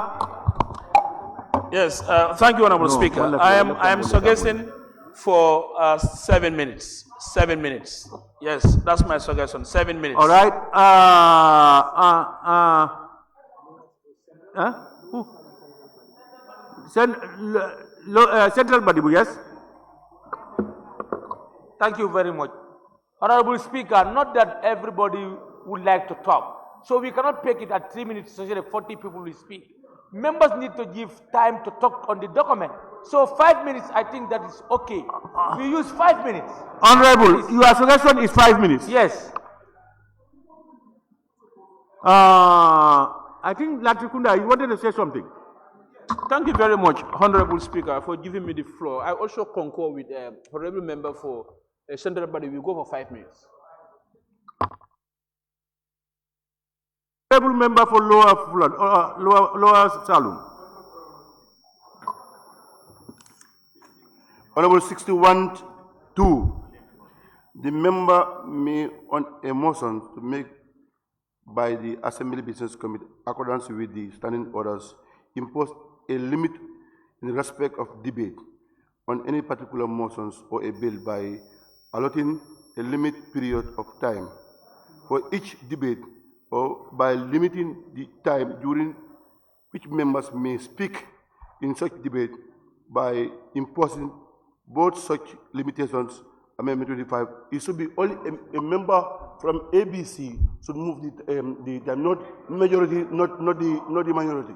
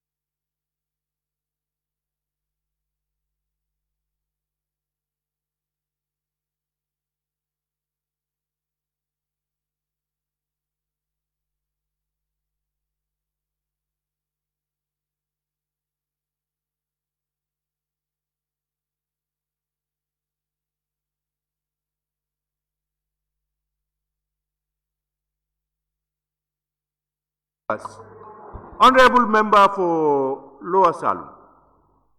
Yes, the ABC committee met, they gave time frame, 2 hours, and they proposed 10 minutes after prolonged debate.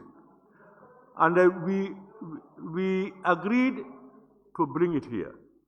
It was brought in and members rejected it. Now, if it is rejected, what is the next stage? Is what they want. You propose this, we are not in agreement, but we are going to do it for 10 minutes or 5 minutes or 3 minutes.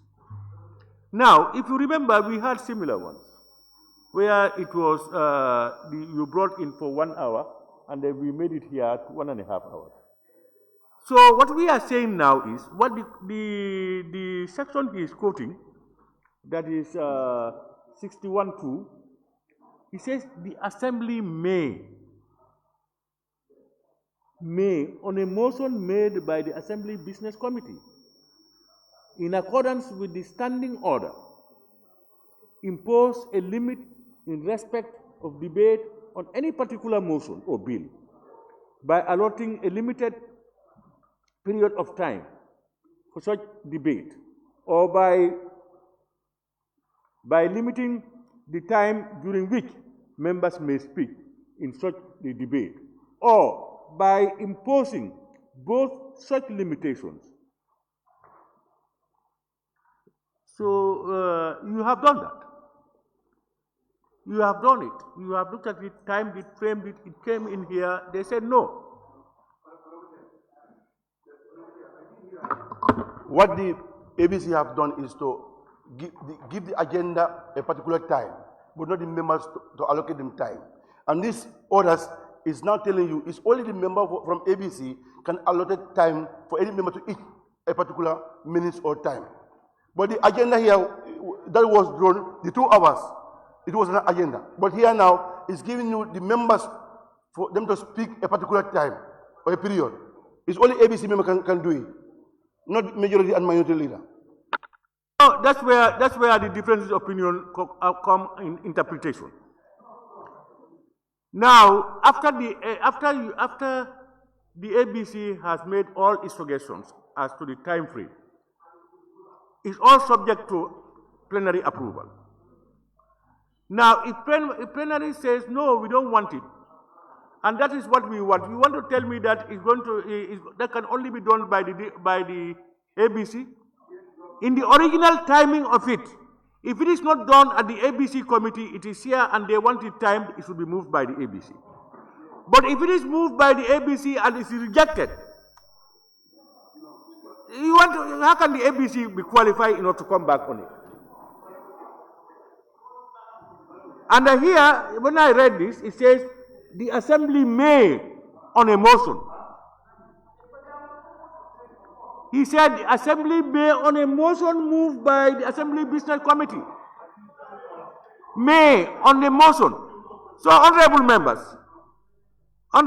what I'm saying is, I think we need to get some interpretations of these things as we move forward. As we sit here now, I make that determination. Now, what we are saying is, the Assembly Business Committee, the spirit is any timing of business in here should be proposed by the Assembly Business Committee. So, we went there and we did it. We timed it to 2 hours, from 1 hour to 2 hours, I think. We also timed the members to 10 minutes. This is what we have done. And then when we came in here, I had forgotten about it. I was reminded when the member for Lower Fuladu West was speaking, that are we going to leave it open? I said, no, let me ask the members. I had forgotten that we had timed it ourselves. And now when we talked about it, you reminded me, I said, yes, I vividly remember that we timed ourselves to 10 minutes. So, honorable members, this is yours. We at the ABC said 2 hours and each member 10 minutes. And you rejected it. After you rejected it, the ball is now in your court. Yes, honorable member for Woolley. Yes, thank you, Honorable Speaker. Honorable Speaker, I rise to move that the Assembly limits time for each participant in this debate to 5 minutes. You are moving, but we have no rule on this one. The issue is the issue is honorable member. I rise to second the motion. Honorable member, the issue is should the motion only after the motion brought in by the ABC rejected? No, we cannot entertain any other person. All motions must emanate from the ABC, even after the plenary has rejected it. That's the notion we have before us. It means if the ABC says 5 minutes each member, plenary says no. Is the ABC again who is going to say 10 minutes for each member, and plenary says no? It's only the ABC. After the ABC, that's where we are. That's the yes. I think I want to buy in your idea. Yes, ABC has fixed a time frame for the business of the assembly to 2 hours. Yes, we've learned that ABC discussed again to impose 10 minutes, and that has been rejected by the plenary. But remember, ABC is the entire representation of these political parties and groupings here. So if it's rejected now, everybody in the plenary, you are fit to move a motion to make sure that we put time. So the notion that even if it fails, it must be an ABC. Point of order. Point of As order. far as the ABC is Point concerned, of order. please. Honorable, hold on. You said point of order. Who is writing to a point of Order 61-2. Now, they said a member, assembly may, on a motion made by the assembly. Honorable. No, please. Honorable, These please. people did not raise No, any honorable, motion. please. That's not a point of order. They did not raise any motion. Honorable, that is not a point of They did not order. raise any motion. Honorable. They made a proposal. Honorable member This for order is Central talking about a Badibu. motion. You don't have motion. Central Badibu. You better behave yourself. No, it's not a point of order. No. Honorable, I make determination on point of order. When you started, no, that is not a point of order.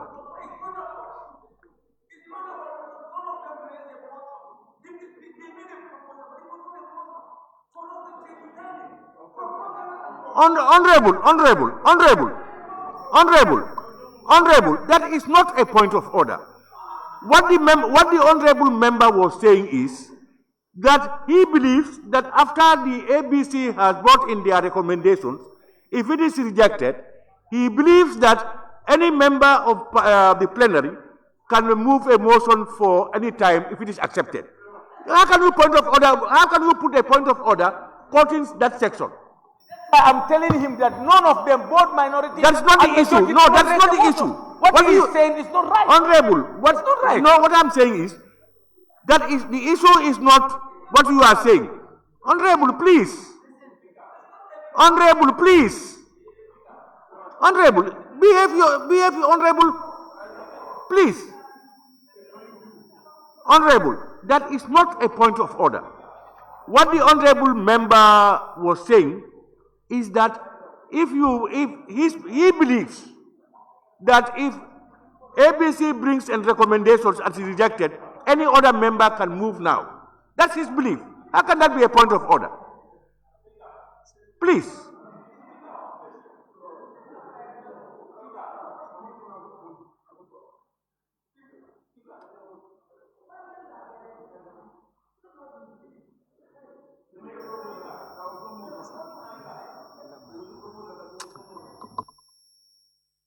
Please.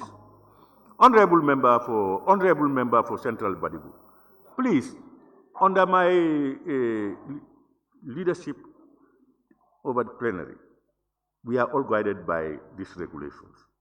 Please avoid contrary things. Please, I want to appeal. Please, Please, you are well aware that when I talk, you have no right, you should sit down and be quiet. No, you are responding. You are responding to me. You cannot respond without my permission. No, you are talking. You should not do that. And you are a senior member. You know all these things. Please, no, I want to appeal to you to please ensure that we, as much as possible, please. I have my opinion. You know, there are certain things you can do, I cannot do anything about. There are certain things I do, you cannot do anything about. So what I do, if it is under my domain, leave it with me, please. Please. Please. I want to appeal. Please. All right. Yes, Honorable. Thank you very much, Honorable Speaker. Honorable Speaker, what we are doing here now is very, very proper. The ABC met, and we imposed, of course, the member for Lower Salem. The member for Lower Salem, the point of order he raised is not relevant here. It's not relevant at all, because we met as ABC, and we all concluded that let's impose the time and give members to 10 minutes. And the whole debate should take 2 hours. Now we have come, and I made it very clear there, that 10 minutes is subject to approval of the plenary. And that's the situation we are facing here now. Of course, it is the plenary that should decide now whether that 10 minutes, they go by that 10 minutes or not. And that's what we are doing now. So if the plenary said they are not in line with the 10 minutes, it's left to us as plenary again to set a time. So our problem is, honorable members, that is very clear. Our problem is, or I can say my problem is, from what I understand from the member for Lower Salem, is that after it has been rejected, the proposals from ABC have been rejected by the plenary. He is insinuating that any other proposal should come from the ABC. That is the point. No, honorable members, please. That's what I understand from him. And I am saying that my understanding of it is that after it has been rejected, your ABC proposals has been rejected by the plenary, then the mandate is now with the plenary. Any member of the plenary can move a motion, but it must be accepted by the plenary. That's where we are. These are the differences. So now, as I said, we will look into it so that we will be better informed on it. But as at now, the reason I'm taking now is that we go so far. The ABC decision has been put aside by the plenary.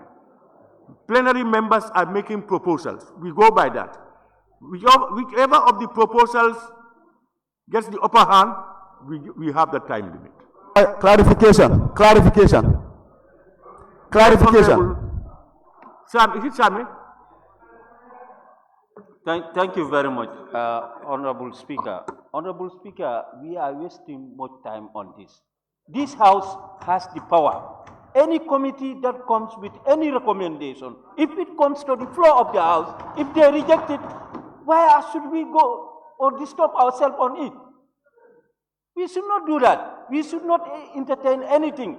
Any committee that comes with any recommendation, if this House rejects it, it should be rejected of all. Honorable Member for Woolly East. Yes, Chair, you know, I concur with that. That's why I rise to. So I want to move a motion, because I'm also a member of the plenary, as well as the. Honorable, before you move a motion. So. Honorable. We've agreed. No, before you move a motion. Honorable, you know, when the honorable member for Brikama North, he was just, when he suggested 3 minutes, we could have put it to a vote. But I'll try to get opinions from members to understand. Probably we may not even reach to a vote, and we will agree on 3 or 5 or whatever. Now, if I am to give someone to move a motion for timing, I will first give it to the minority.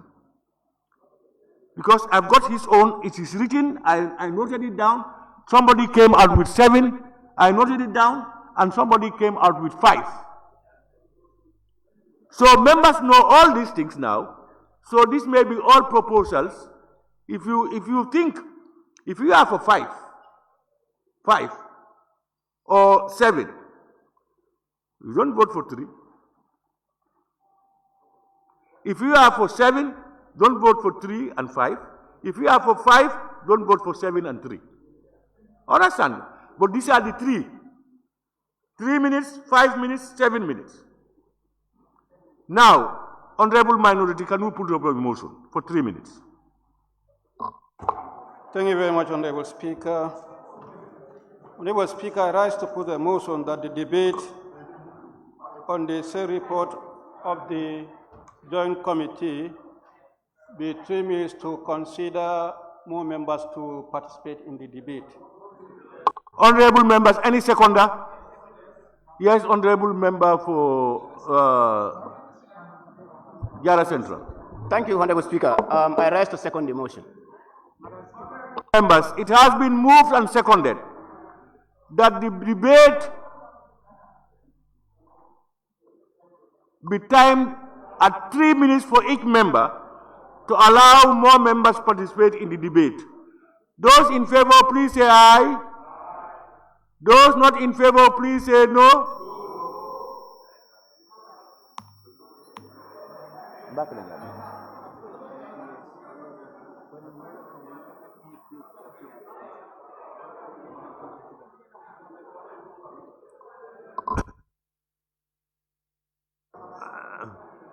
Do I say it again? Those in favor, please say aye.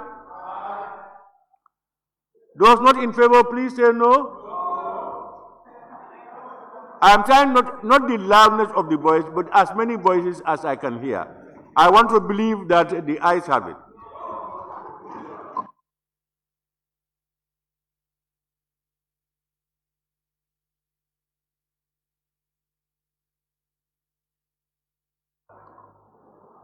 Three minutes. Raise your tax.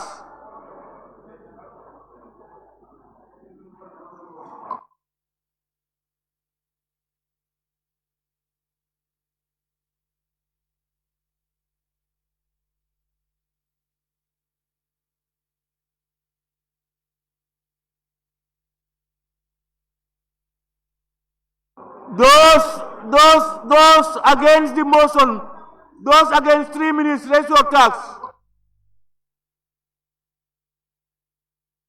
Raise your tax.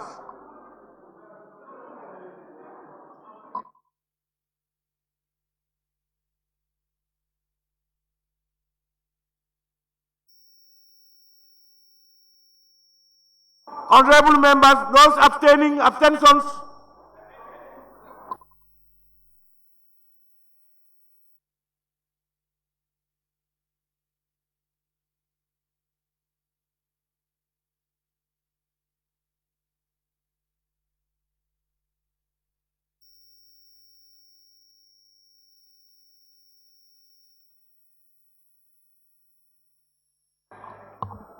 Honorable members, the results. Those in favor, 22. Those not in favor, 21.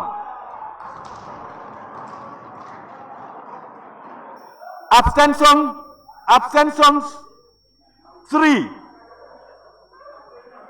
Total votes cast 46. So, honorable members, we cannot proceed again. So, it means that we are going to give members 3 minutes.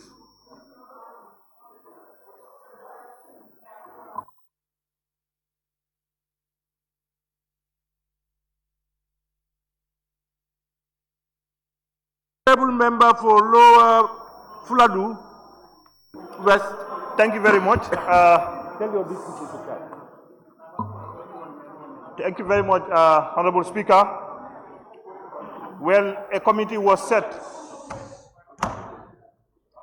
A committee was set on to conduct an inquiry on behalf of the General Assembly. And there was an allege. The allege was about corruption, bribery, and tax evasion. And that, and money laundering. This committee have completed their job. They inform us that extensively they have done a lot of investigation, witness testimony, key findings emanated from it, recommendation and conclusion. But the said findings inform everybody that there was no iota of corruption established. There was no iota of bribery established. And there was no iota of tax evasion established. And they made some recommendations.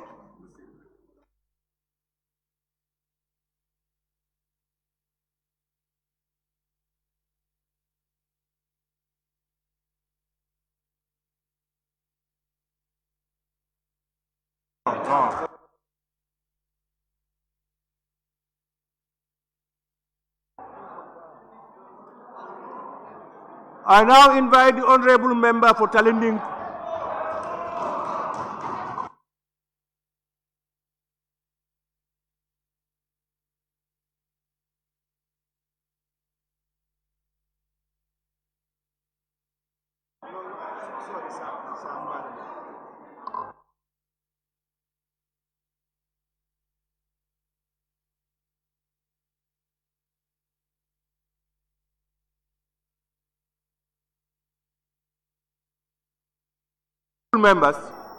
Honorable members, I'm being informed by the technicians that his time was not finished. At the time he took up the mic, it was already 2 minutes. So I think what we will do is start now, he starts now, and we continue. Thank you very much, Speaker. Thank you. Honorable. Are you following me? No. Yes, please. Yes. If I get you right, the member spoke for 2 minutes or 1 minute. 1 minute. Now he should be compensated 2 minutes. Honorable, you know that is discretional. You may finish up. I give you 30 seconds or 1 minute. So please, you know, I was not aware of what had happened. I just was told that his time finished, and I wanted him to sit down. I have just been informed that, in fact, they picked it up at 2 minutes. So I said, let us start. A difference of 1 minute. Please, can we allow him so that he starts and we continue with that? Please. Thank you very much for that consideration. Well, fast forward. We tasked our colleagues to do an inquiry, and this inquiry was an allege. And this committee were able to do extensively investigation, key findings and recommendations, and they even conclude. But these people told us that there was no iota of bribery found in this report. And they also informed us there was no money laundering. And they also informed us there was no tax evasion established. And they made some recommendation which does not tally with their findings. I then have to be very suspicious. Was there any witch hunting embedded in the whole thing? Because if you are given a job to do, you did that job, and you telling people that we have not seen what you have alleged, and your recommendation is censor, I suspect that something wrong happened. And I'm not support of their recommendation. Let them recommend it based on their key findings. And as their key findings clearly stated that there was no iota of the alleged thing, what do they have to come up with that thing? In fact, I'm doubting the recommendation, and I'm not aligned myself to their recommendation. And what I'm suggesting that, if you are telling me that I have not found you wanting, you are telling me that the alert that was put on you is not established, and you want to recommend for somebody to censor? How can we, how is the world watching this? The money involved in this is too much. And I believe that the committee extensively did their job. I'm surprised. I'm really surprised. If you can tell me we don't establish it and you want a censor, I am suspecting that along the right, there was witch hunt. And this parliament is not working on a set of people or a group of people witch hunting. We are saying no to that. Point of order. Point of order, Honorable Speaker. Point of order. Yes, Honorable Member for, is this Rekunda? 29.1, content of speech. Every member shall restrict his or her observation to the subject under discussion. The member is just giving statements and misleading informations without making reference to the report. Honorable, I don't think he need not make specific references to reports. He's making a summation. I think it's in order. I hope it does not start again. Huh? Pardon? It will restart. Honorable, when there are interventions, you must look at the time and know what time is it.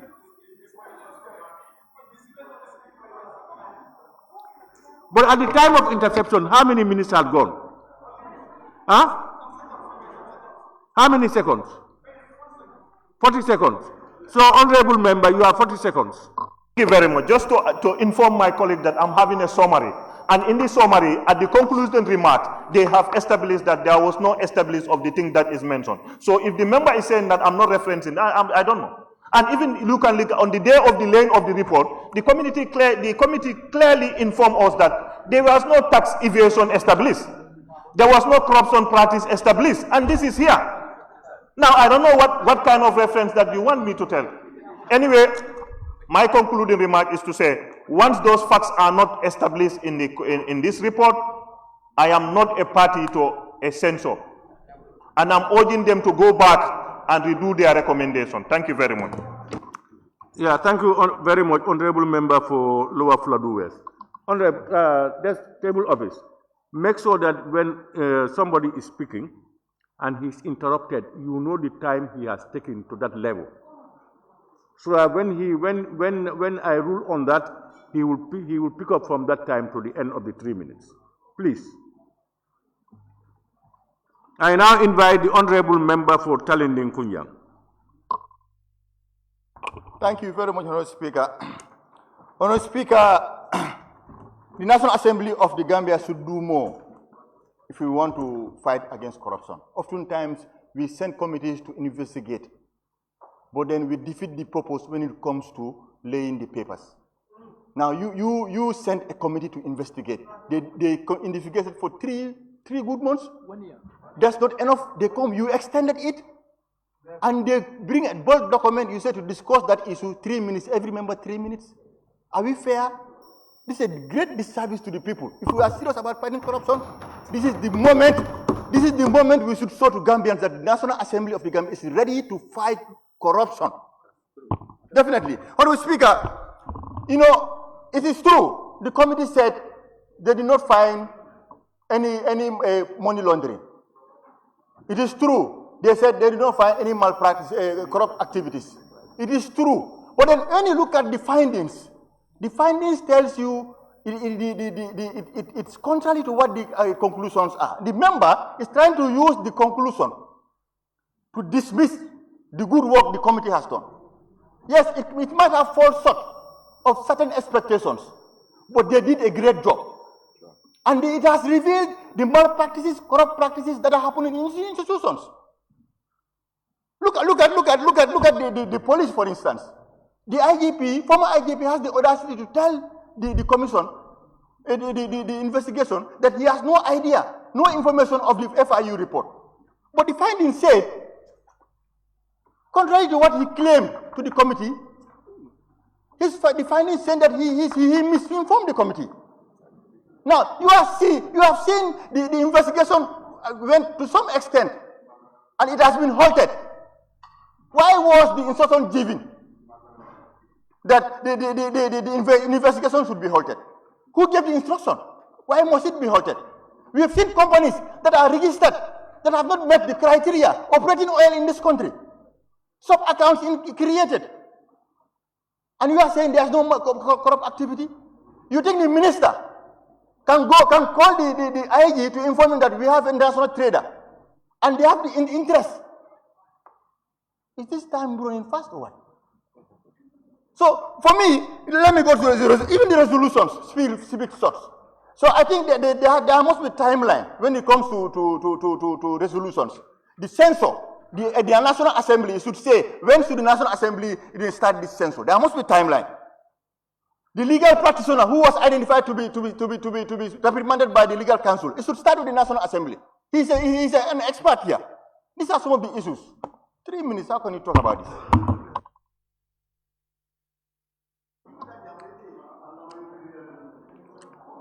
Thank you very much, Honorable Member, for challenging. I now invite the Honorable Member for Woodley East. Yes, thank you very much, Honorable Speaker. Honorable Speaker, corruption is actually eating the fabric of this society. It is estimated that 1.5 billion is wasted through corruption.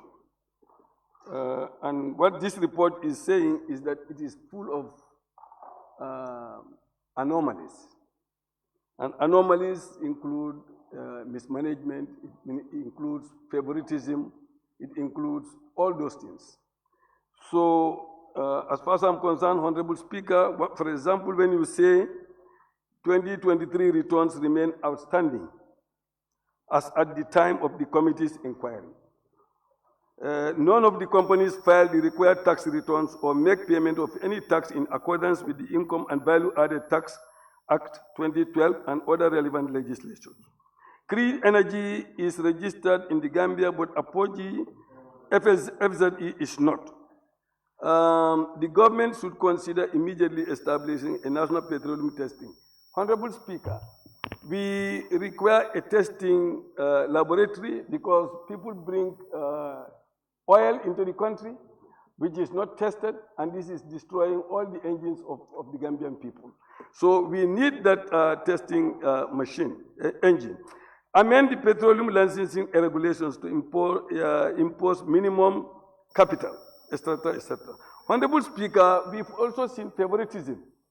As far as the committee's report is concerned, you have continuously coming up with different policies while this process is on. And then it is not going to cabinet for approval. That in itself is not done for nothing.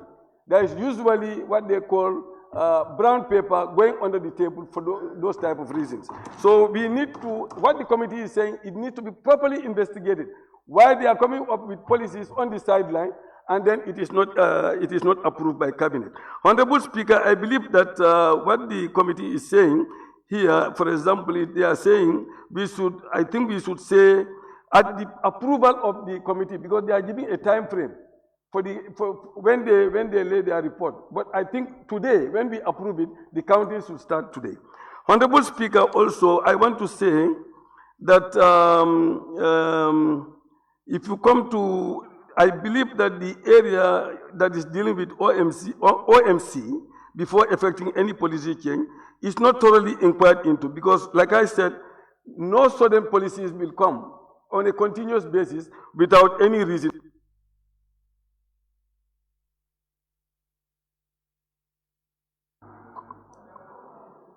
Thank you very much, Honorable Member for Woodley East.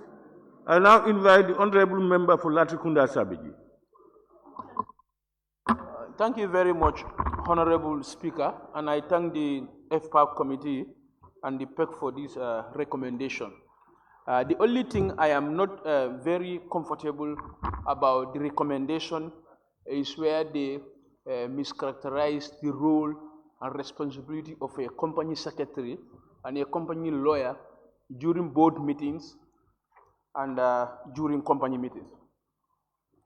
Honorable Speaker, it is true that formation of a company in this country must be conducted by a legal practitioner. And the role is to get instruction from the promoters, you pay the incorporation fee, file all the documents to the company registrar, and obtain certificate of incorporation. Now, where the committee get it all wrong is to recommend for professional reprimand on the company lawyer who was just merely doing her role. There is no way a company lawyer in this world or a company secretary during board meetings will influence the commercial decision of the board members. It is also true, company lawyers in those days were just mere clerks.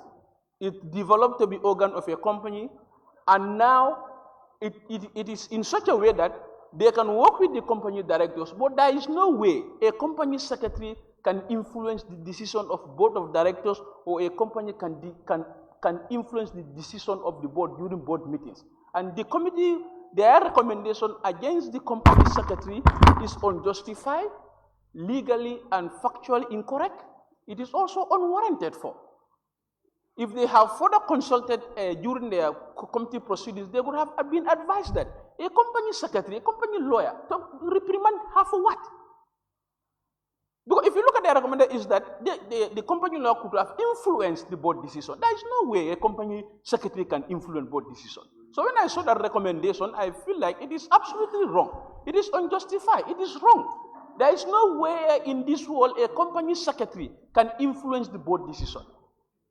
He was just, the role of a company secretary, go to section 237 of the Companies Act, is just to organize meeting, to make sure that proper quorum is constituted for meetings, and listen to what the board of directors will say during the meetings. But for the company lawyer to go further and influence the commercial decision or the commercial substance decision of the board members is incorrect. Therefore, I will urge the committee to look into the professional reprimand recommended for the company lawyer for the GLC. Thank you very much. Thank you very much, Honorable Member for Latrikunda Sabeji. I now invite the Honorable Member for Same. Thank you very much, Honorable Speaker, for giving me the floor. Honorable Speaker, I want to thank the Joint Committee, FPAC, and Public Enterprise Committee for a good work that they have done, the support staffs, SMS, and all the witnesses. Honorable Speaker, the inquiry is into the alleged corruption, bribery, tax evasion, and money laundering involving sale of 36,935,614 metric tons of petroleum products, which is valued at $30 million. Honorable Speaker, we want to thank the Honorable Member for Lower Salum, who came up with this motion in order to inquire about it. Honorable Speaker, when we look at the report, we all know that due process was not following. So that's attributed to all these corruptions. So even despite that, the report is bulky. But if you go through at the report, definitely, Honorable Speaker, you will definitely know that there was malpractices that was going on. All those people that are involved in it, if at all they all do what is expected of them, these things would not have happened. It would not happen. So therefore, I definitely am in support of the committee's recommendation. I'm definitely in support of their recommendation. Even if you look at all those things, you will definitely realize that their recommendations are up. So, but if you don't read the report, you will try to say that the report is not correct. But it is very, very correct. So therefore, I want to thank all the committees for a good job that they have done. Thank you very much. Thank you very much, Honorable Member for Sami. I now invite the Honorable Member for Fonyi Bintang. Thank you so very much, Honorable Speaker, and it's good that I am called upon to give my submission. Honorable Speaker, to start with, I want people to go to page 82. That is, the committee is of the view that the former Minister of Petroleum, Mr. Ablai Job, may have committed misconduct in office and that the Assembly should initiate proceeding to censure him for the role. And in the same vein, you go further, the National Assembly should initiate proceeding to censure the Minister for Interior, Ablai Sanyang. Now, that is the starting point as a nation. Now, if nobody is found wanting, if nobody is taken to tax, if nobody is fired, then we are not going anywhere as a nation. If we are looking at the relationship that we have between him and us, then we are not going anywhere. Anyone who is found on misconduct, this is an investigation by our own people that investigated and have come out with this. Now, the world is looking at us. What are we going to do over this matter? We must have a starting point. Now, if we are all Masda syndrome, that by relative, what is going to happen? Then we are not moving as a nation. We must have a starting point. And this is the actual starting point that we need to set example. So much so that everybody who is involved will know that public funds should be utilized properly. That you are in the public office not because you were better, but because of the trust and the confidence that people have in you. Going further, the recommendations are not perfect. They are not excellent because we say that human beings, by virtue of their nature, we cannot attain perfection. But as we start right now, what we can do is to start up with this recommendation to censor these ministers. Why do we want to censor them? Because they hold high office and the trust and confidence of the people are in them. So if they are found wanting, before setting example on anybody, we should set example on them. So that Gambia can progress. We are not doing this because we hate them. We are doing this because we want to set an example. We are doing this because we want Gambia to progress. We are doing this because we don't want other people to involve into this kind of activity again. But if we said, we cannot recommend these things, it means that we still want to compromise. And whether you are from NPP or UDP, whether they are your relative or whatever, wherever we are going to do, we should do it because we want our nation to move forward. That should be the spirit. But you are telling us they are coming with weekend recommendations. Witch hunt is never a witch hunt. It's the reality of what we have established. But because you don't want to go ahead, that is why we are saying it's witch hunt. So going forward, let us start it and let us move with this report. I thank you for your kind attention. Thank you very much, Honorable Member for Fonyi Bintang. I now invite the Honorable Member for Serekunda West. Thank you very much, Honorable Speaker, for giving me the opportunity. I want to say that yes, the issue of corruption, bribery, tax evasion is confirmed by the committee that none of that had happened. But however, Honorable Speaker, it is very clear in the report that there are a lot of underperformance by people who are entrusted with responsibilities, which has amounted to some way of loss of income. For example, I refer you to page 18 for a start. You look at the last paragraph of page 18 of the report.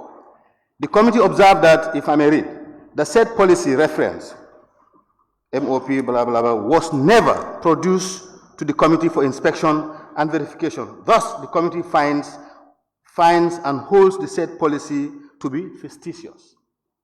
And this is within our system.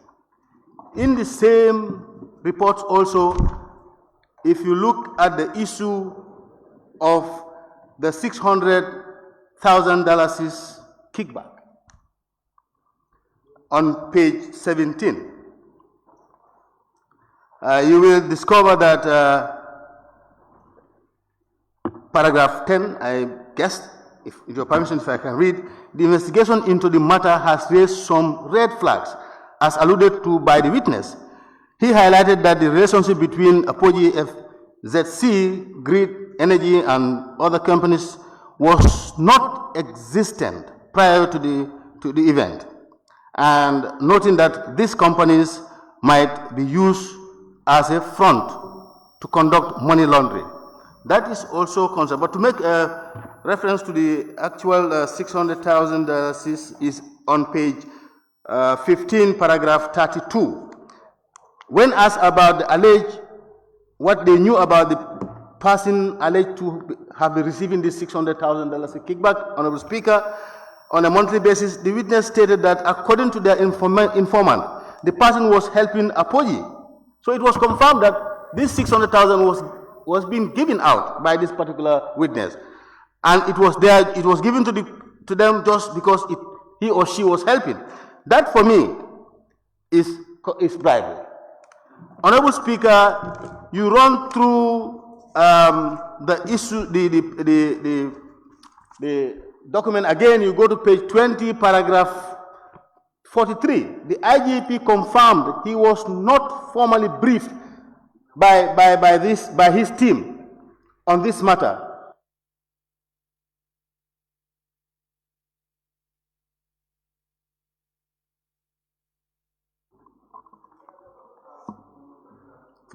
Thank you very much, Honorable Member for Serekunda West. I now invite the Honorable Member for Brikama South.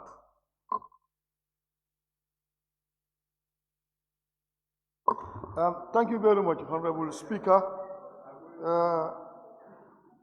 First of all, I want to make some clarification when it comes to this particular tax that was given to us, and I want to thank the mover of the motion for coming with such an interesting investigation. Honorable Speaker, people are talking about the issue of tax evasion and bribery, and we have to look at the motion. It's talking about the issue of tax evasion and bribery on Apogee FZC, Creed by Apogee FZC, Creed Energy, and Ultimate Veg Logistics. That does not mean that in the whole process of the investigation, we came out with series of maladministrations that range from a host of issues. That is why you have to go through the report and look at it. We dealt with 39 witnesses, and some of these witnesses appear and reappear again. And we have both written testimonies and oral testimonies. And if you want to deny, you can fall back to these things. They are with us. And we have findings and recommendations. You look at individual findings related to maladministration. And that is why the recommendations are very strategic by the executive to do it. And the most importantly, we don't have any interest to be going after people unnecessarily. This was brought to us to verify the allegations, the purported allegations, by these three institutions. And they were established in this country to deal with an amount of 30 million, which is almost equal to $2 billion that was domesticated in the Gambia and siphoned out. So these are some of the things. The institutions and the authorities involved, where we have an eyebrow, we recommended for us to make some investigation and further deal with them according to the act they are confronted with.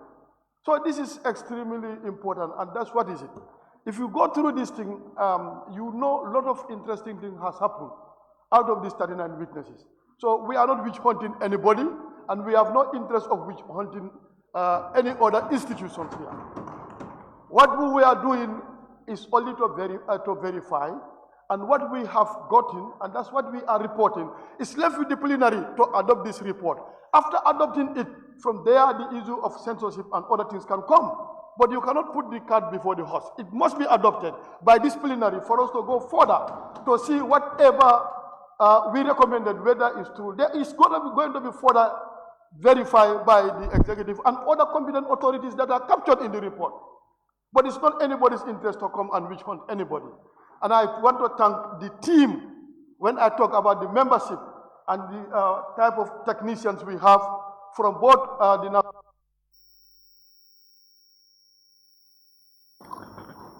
Thank you very much, Honorable Member for Brikama South.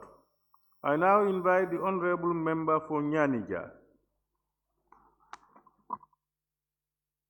Honorable Speaker, thank you very much.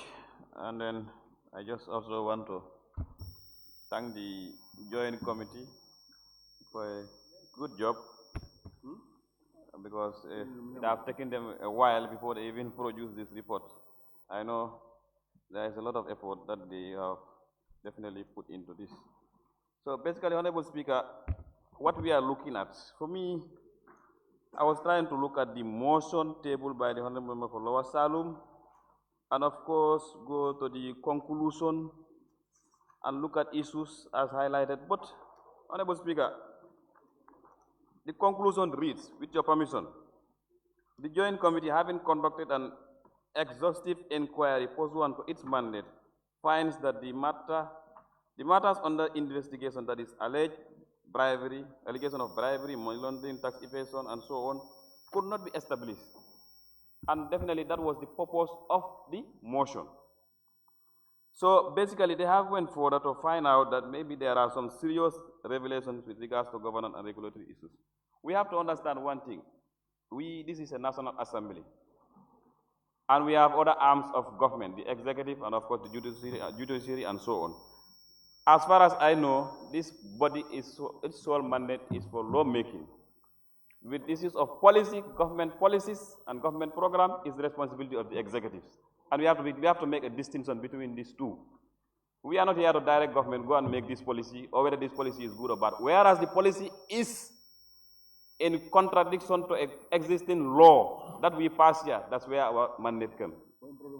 So now what we have here is, according to their findings, I read this thing, I took my time to read this report thoroughly, not once, not twice.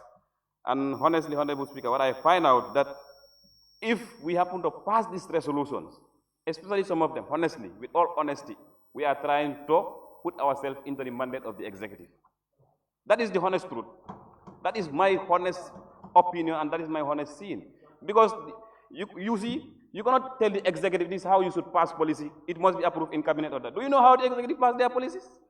Do you know the procedure in cabinet? Did the executive ever come here and tell you, you pass this law and this is how you should have done it? No, it has never happened. A policy, government policy, even a minister, once the minister signed that, it becomes a policy. In fact, the moment the minister gets a blessing from the president, it becomes a policy. Let's find out whether that is in contradiction with the laws and regulations and whatever, then that's where we come in. Honorable members, please, let us look at this critically before we put ourselves into something which you know that we are not up for, because definitely we have the executive, we have the legislature, and so on. That's why I took my time to read this, and that's why I even moved it motion to say we need time for this. So thank you very much. Thank you very much, Honorable Member for Nyanija. I now invite the Honorable Member for Fonyi Bondali.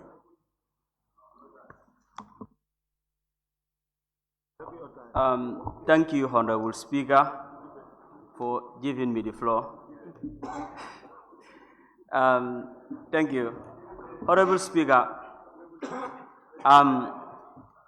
looking at the findings here, Honorable Speaker, we will all agree that this is absolutely bang out of order. Honorable Speaker, people should be held responsible for whatever wrong thing they did. Public office should be run as a public office, should not be run as a family entity. Honorable Speaker, going to the findings, 71. With your permission rather, it reads, investigation revealed that following Apogee's entry into the market, ullage allocation practice changed significantly. Almost all ullage space was granted exclusively to Apogee, thereby making it difficult for Orex and other oil marketing companies to secure space at GP. And then 2, the committee also observed that the locals OMC were denied a ULEG space when there was an available space. I don't think there's a hiding place looking at this report. Honorable Speaker, because of the short time that we have, we cannot go through all this. But I have to thank the committee for taking their time to go through this, calling the witnesses and then all what not they did, and then the mover of the motion. Honorable Speaker, I can also suggest that there is no time frame on the recommendation, but I think it will come as the Honorable Brikama not alluded earlier on. So we must set an example on this. People should be held responsible. They are not taking the government or the president for granted, but they are taking the whole nation for granted. So samples should be set. Or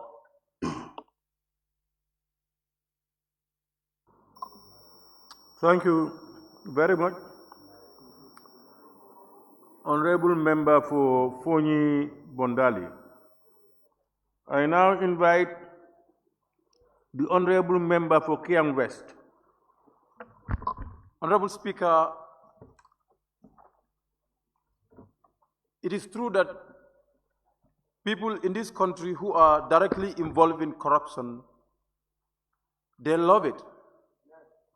And those of us who do not engage in it directly accommodate it. Our level of tolerance for corruption in this country is amazing.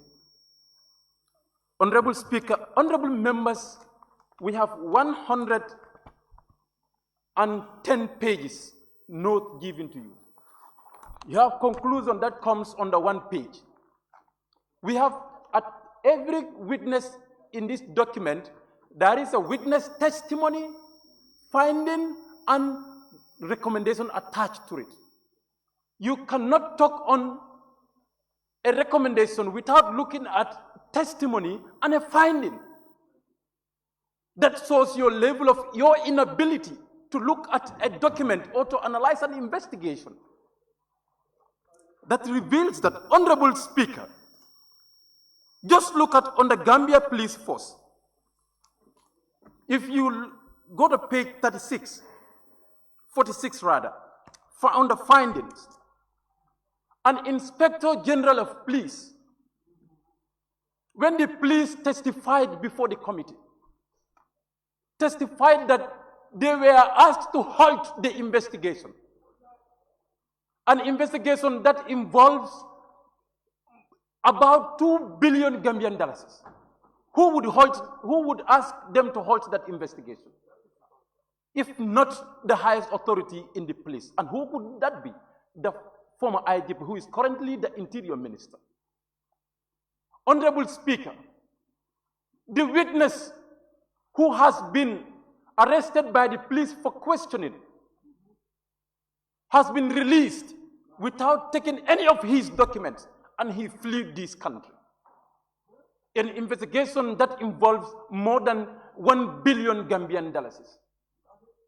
Former IGP informed us that he was only informally informed about the status of the investigation. An investigation that involves an international trader. He in turn informed the committee that he has been called by the former Minister of Petroleum to say, the person you are investigating is our international trader. That shows that you have to be sensitive as an IGP. The same IGP's office has been visited by the Gulf Petroleum General Manager about the same investigation. You said there was no foul play in that investigation? What kind of country are we?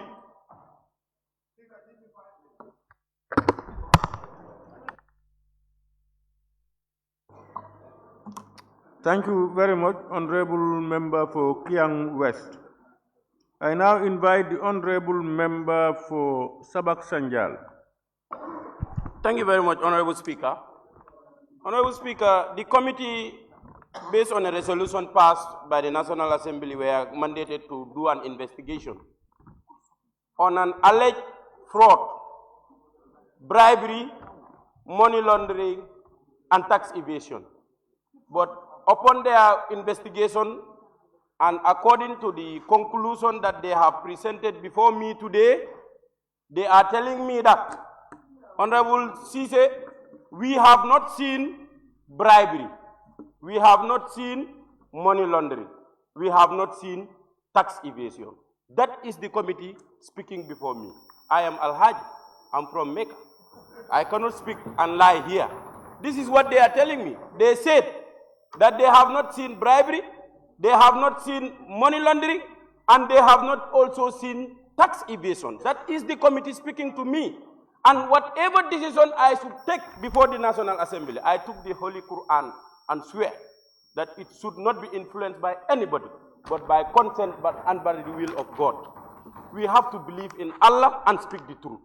Honorable Speaker, the committee is the one telling me that they have seen what they call some serious governance regulatory failures.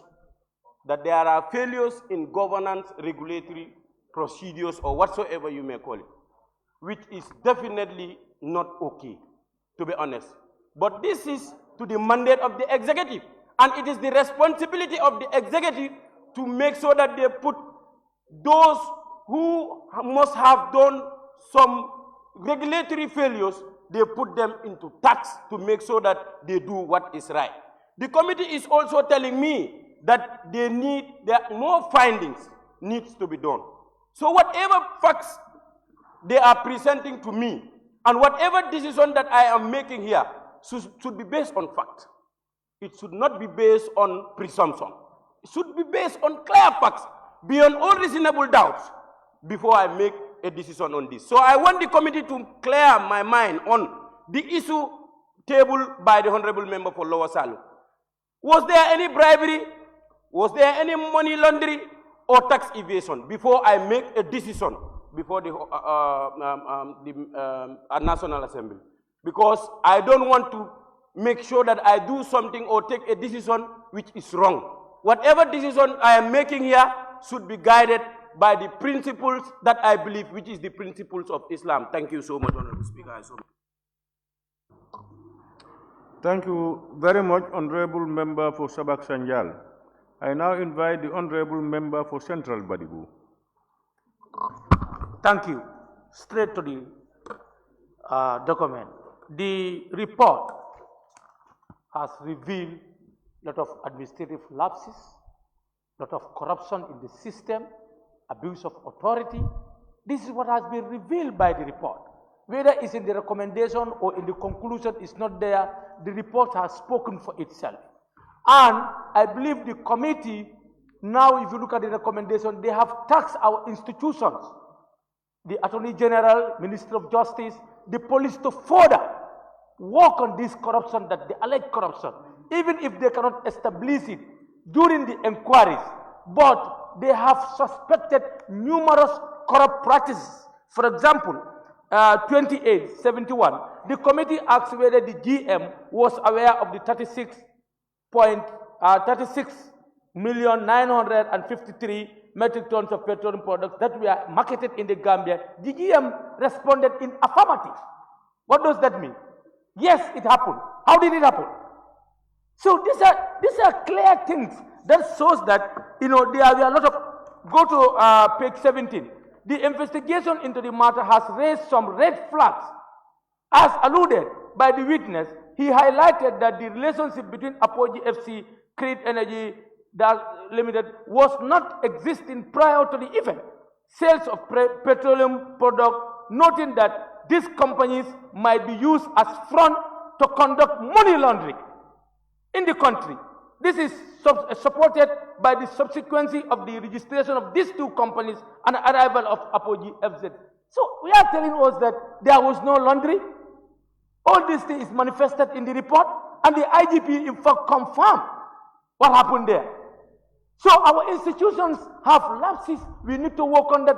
Let's adopt the report so that the police do what they're supposed to do. Anybody that is affected anybody who is tasked to carry out something, let them do it. But I'm so much disappointed with this House giving us only 3 minutes to abuse ourselves when we give somebody 1 year work to do.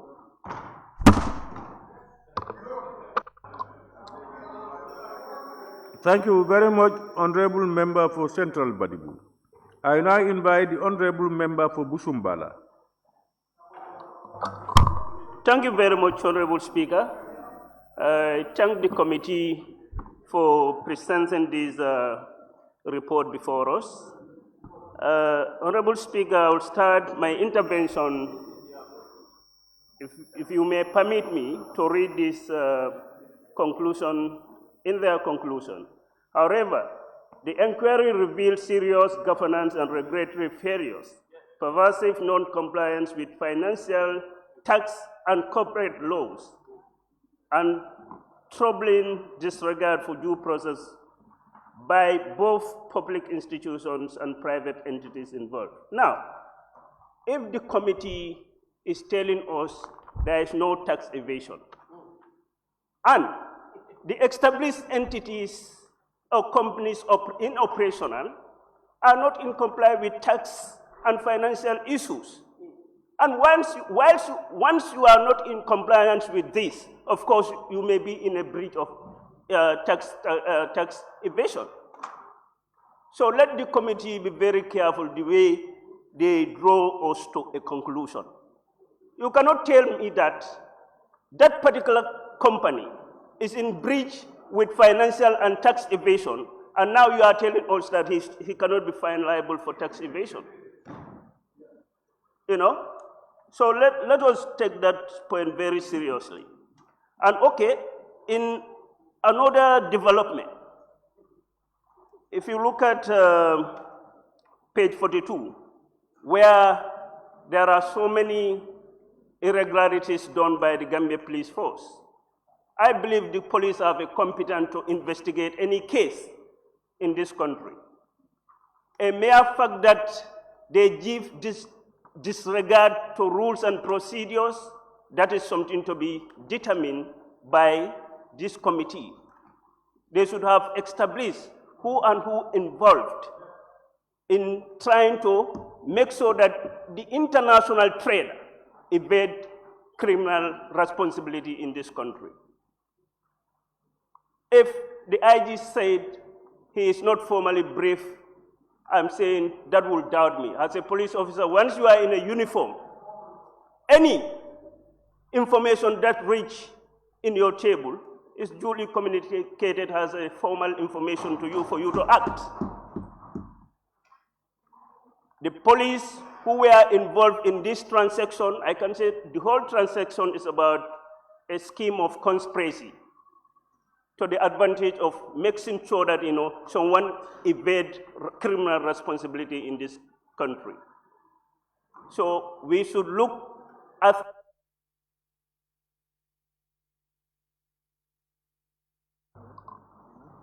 Thank you very much, Honorable Member for Busumbala. I now invite the Honorable Member for Jeswang.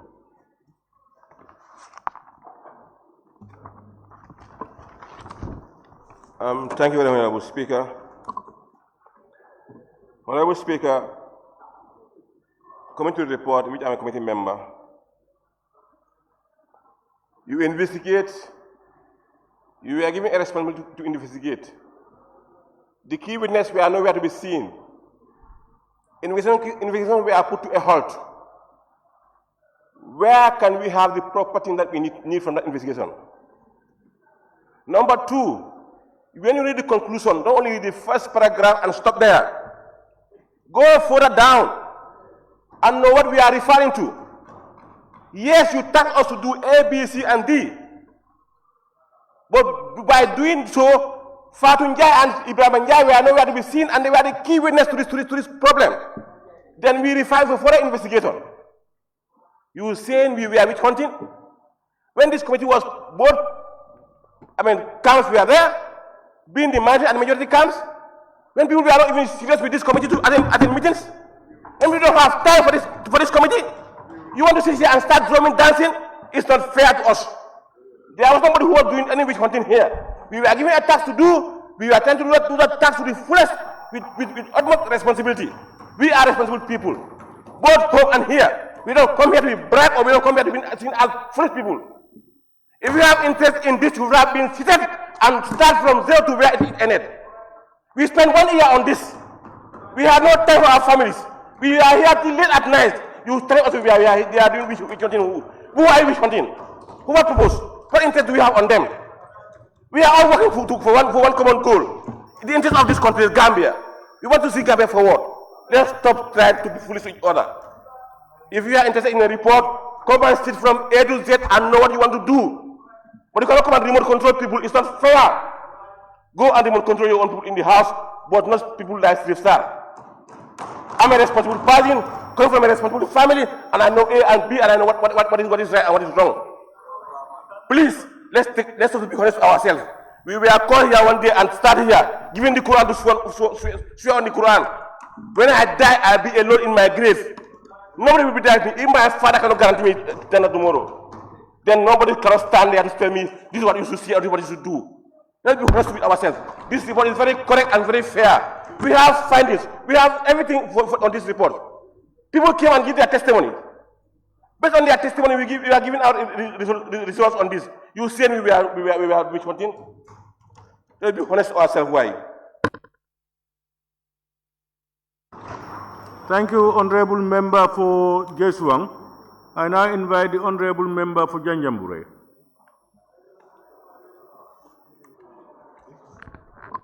Thank you very much, Honorable Speaker, and thank you to both committees and support staff for making sure that we have a document that we can deal with. I wouldn't be talking much today. I just want to be very precise and straight on this matter. And as such, I just want to remind this Honorable House on Section 74 and Section 75 of the Constitution.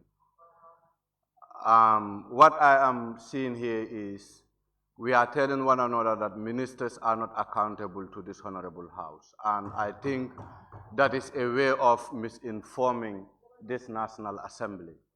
If you look at Section 74, it's very clear and explicit in terms of who ministers are accountable to. And this is telling us that the executive has failed in their responsibility. Why do I say they have failed in their responsibility is simply because when this information was out there to the public, the IGP has a responsibility and he effected an arrest. From nowhere, the guy was released on self-bail. For me, it should have not even been an inquiry. The IGP or the Minister of Interior should have been summoned here to answer one or two questions. Who gave him that authority to release those culprits? Honorable Speaker, the issue that the recommendations or the conclusion is not being specific, for me, I don't think that is the case. As others have alluded, there is a foundation in place. Let's adopt this report, please, my colleague members. We are not here for a joke. We are paid over $100,000 to represent people, and we are here allocating 3 minutes simply because we are saying we don't want to take the time of the House. What are we trying to interpret out there? No, that's the case. This is why we are allocating 3 minutes. Why 3 minutes?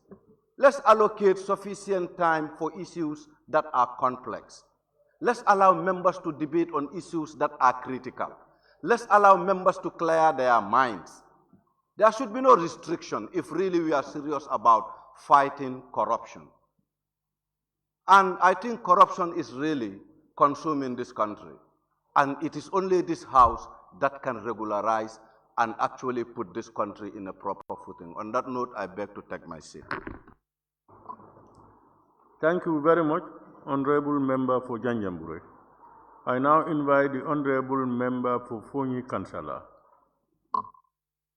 Yes, thank you, Honorable Speaker. I want to be very brief. In the general notion that we had, this was a report that was the whole energy was used for a period of 1 year, almost, in making sure we unearth various findings, and also a lot of witnesses were invited. I want to be very straightforward.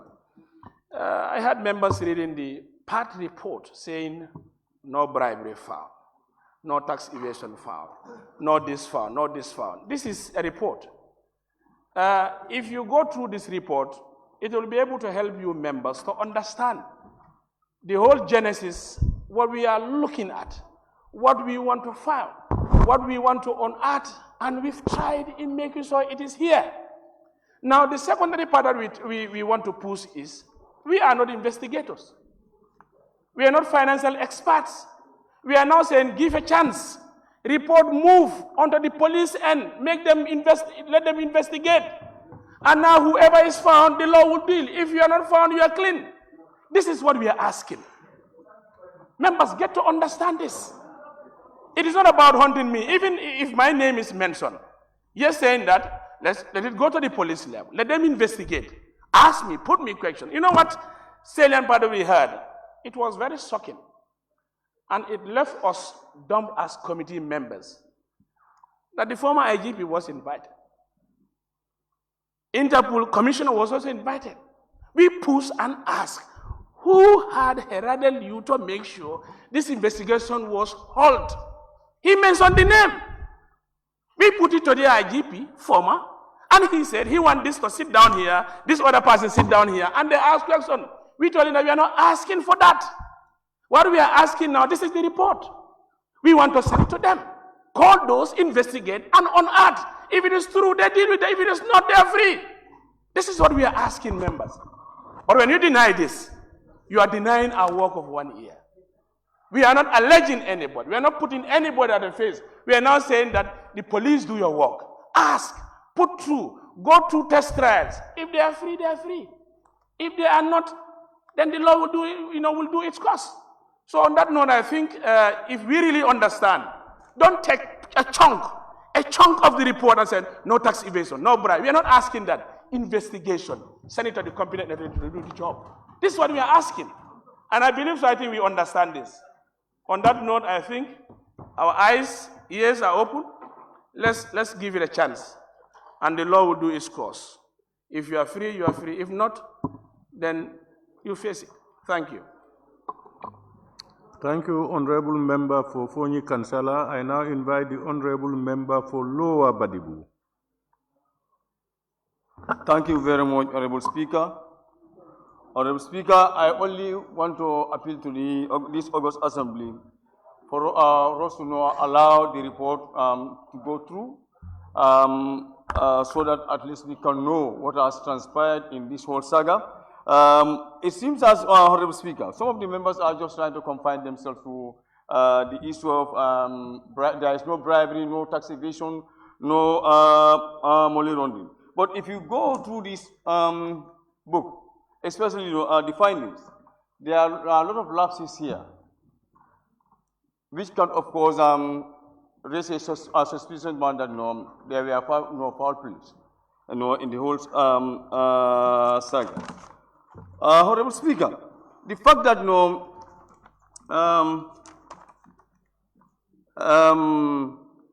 it has been established that there was, of course, an interference during the police investigation. Why should they try to interfere if at all nothing wrong has happened? If at all there was no wrongdoings, I don't see no reason why they should interfere during the police investigation. They should allow people to, of course, give out the evidences freely without intimidating them. Honorable Speaker, if you look at, if you would permit me to read, none of the companies mentioned had a fiscal address or employees or other administrative structures required for a proper function of a company. That itself must have raised an eyebrow. No physical structure, no employees, and it's a company which is operating in this country. Who with your 2 and 3 will think that there is no foul play in this game, in this issue. Let us try and give the Gambian people what they deserve. Let us not try to protect the few individuals at the expense of Gambian people. Let us stop it. Like he said, we all, of course, hold the Quran and swear that we are going to do the needful. Let us try and do the needful. Let us respect ourselves. By respecting ourselves, that we are respecting Gambian people. Let us try and do anything that has to do with corruption in this country. Like he said, a lot of issues that are related to corruption has been happening in this country. When it happens, commissions will be, there are set of commissions. At the end of the day, it will die down like that. Let us try and give Gambian people what they deserve. Thank you very much, Honorable Speaker. Thank you, Honorable Member for Lower Badibu. I now invite the Honorable Member for Nyamina Dankunku. Thank you very much, Honorable Speaker. Honorable Speaker, if there is no selective justice, if Dr. Banja can be prosecuted, be investigated for an audio leak, and be sent to jail because of that audio leak, if there is no selective justice, the individual involved in this matter must be investigated if they are found guilty and be prosecuted and sent to jail. It is only if there is selective justice. It happened here in this country. Dr. Banja, it was only an audio leakage, and he was charged for corruption. Here, all the evidences are here. Abuse of office. Abuse of office is a corrupt practice. And corruption and bribery is all the same. And we have seen it happen in this country. My friend, my honorable colleagues, there is nobody in this country who did not know what had happened. Everybody in this country. We are the one here, sitting here discussing about it. But let us not forget, this was in the hands of the population before it come to the National Assembly. We are here representing the people. Corruption, for me, I think we should amend our law. If somebody murders somebody, one person, you kill one person. But when you do a corrupt practice, you kill a whole nation. We are here compromising certain things. Who will say there is no corruption? You do not see any corruption in this activity. You are communicating now. Where a minister call a counterpart minister, an investigation is held. Is that not an abuse of office? Where an abuse, an office is abused, is that not corruption? My friend, this is common sense. He's talking now. This is common sense. What the committee is saying, we did not see Mr. X receiving 600,000, but the circumstantial evidences are there. It is there. And the committee couldn't actually get the witness that could tell us. The witness seated here 2 hours waiting for us. We couldn't connect to him. On that day, everything would be clear because he was the mastermind of all these things. And I have a private chat with him. He told me that the 600,000, the 600,000 is written by Gam Petroleum manager. He told me if you go to the Access Bank account, go there, you will see the first withdrawal, withdraws by Armor. You are telling us what? It happened in this country. Let us be fair. Let us know that we are representing Gambian people. And the Gambian people knew about this thing. Maybe if we are not fair to our electorate, we will vote against this motion. If we are fair with them, we will allow it pass for the investment.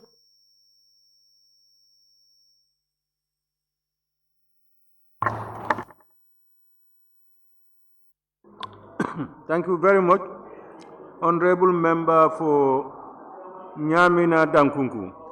I now invite the honorable members, please. I now invite the honorable member for Lower Salum.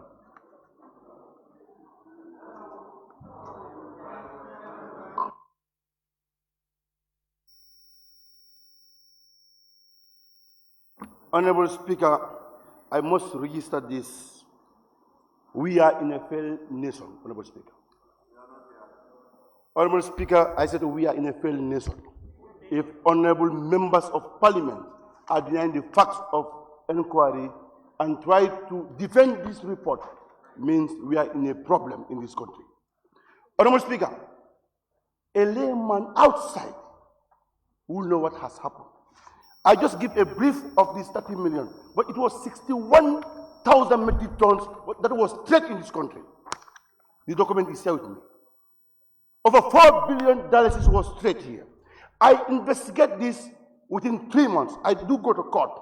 I sit here, Aroma sit down there. You say this doesn't happen here? Honorable Speaker, I went to Yerojallo's office, the MD. He said to me that the $600,000 that is given every month, Apoyus knows who to give that money. I said to him, do you tell me that you are receiving this money? He said, I can't tell you I'm receiving what 600 is given out. And you are telling us there's no corruption here?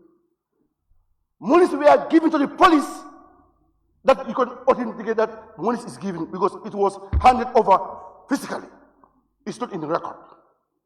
You are telling us nothing happens.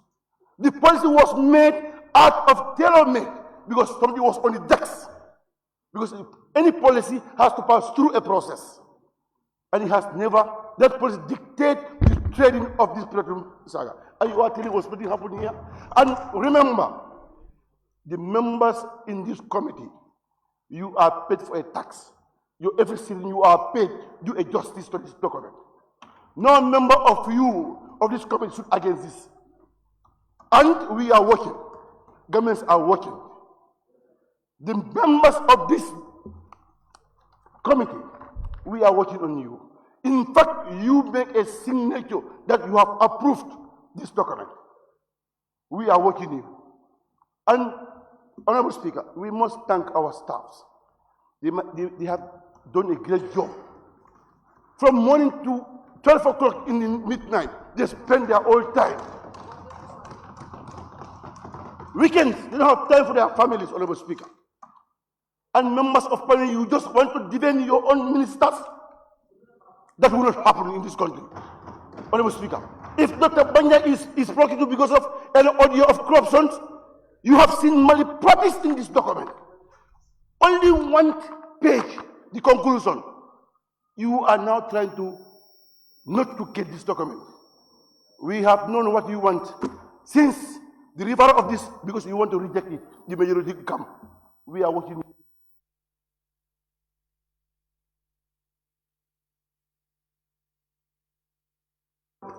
Thank you very much, Honorable Member for Lower Salum. I now invite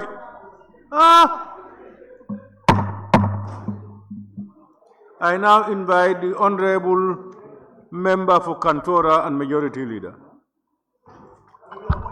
Honorable Speaker, thank you very much for giving me the floor. Honorable Speaker, let me use the right words of His Excellency the President. I am no father to anybody, and I will not stand here to defend undefendable. Honorable Speaker, this parliament is not a parliament of emotion, it's not a parliament of sentiment, it's not a parliament of suspiciousness. You can't act on emotion and sentiment to arrive at a conclusion. Honorable Speaker, I will go straight to the issues raised. There was an allegation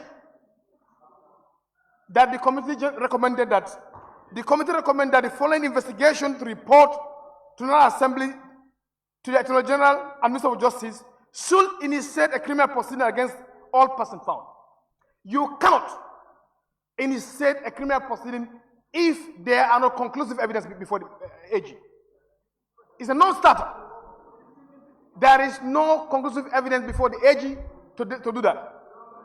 Recommendation 2 is purely administrative.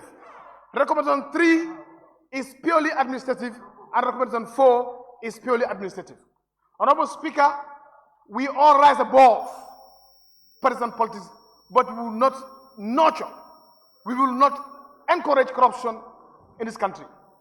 Your report detailed out that there is no iota established of money laundering, corruption, tax evasion, and misconduct. So, having said that, Honorable Speaker, I refer the House to page 94 of the report. Says that the National Assembly initiate and censor proceeding against the minister in the mind that he may have committed a misconduct. You cannot base misconduct on speculations and uncertainty. I refer you to the Constitution. You must make sure that you establish this misconduct based on conclusive evidence. So recommendation must be reviewed. The committee must I'm not saying that we should not adopt the report, but the recommendation has to go back to speak with the report. Honorable Speaker, money laundering is just not possible. How can a member of parliament say that it's money laundering? If you want to establish money laundering, you must know the origin of the oil. The origin of the oil, if it's from a war zone area, then you can conclude that it's brought here for money laundering. These are negations, and these are unacceptable as a member of parliament to debate. Honorable Speaker, the call.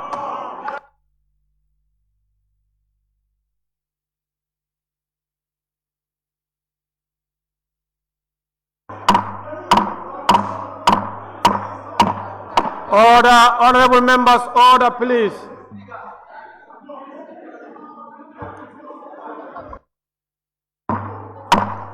Honorable members, what is the problem? What's going on?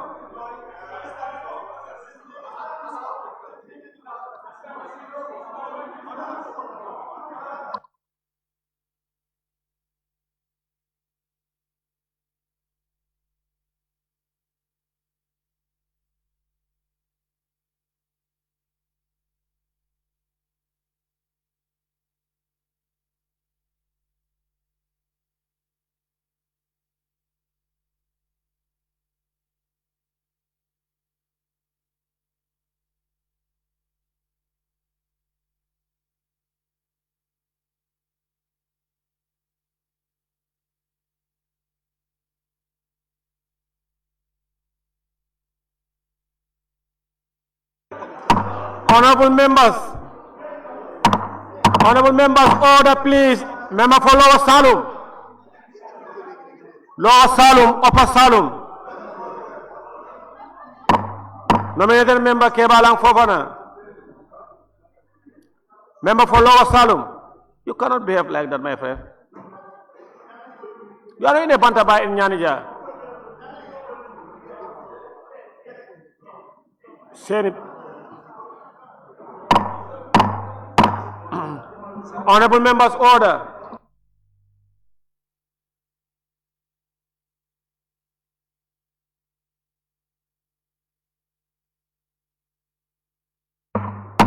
Honorable members,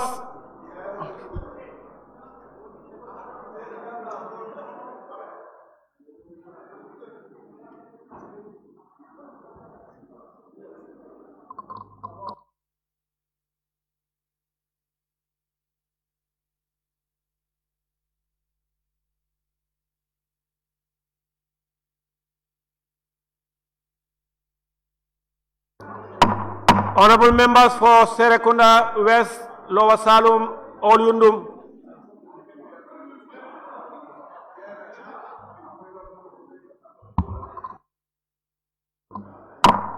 Honorable members for Lower Salum and Olyundum. Please, honorable members, maintain decorum.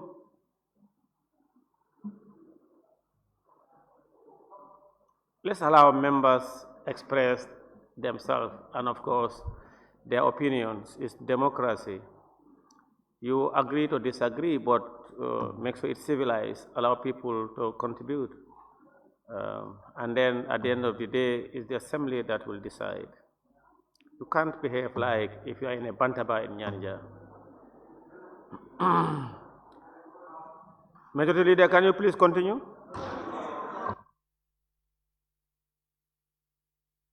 Honorable Speaker, point of order. Honorable Speaker.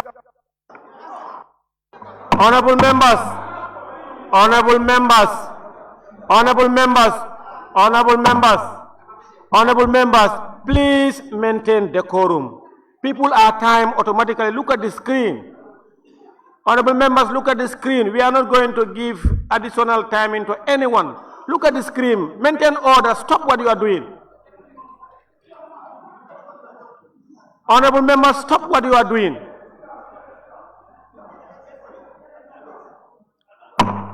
Honorable members, order. You look at the screen. Make sure your eyes are on the screen. You can't do that. Majority Leader Member Controller, continue.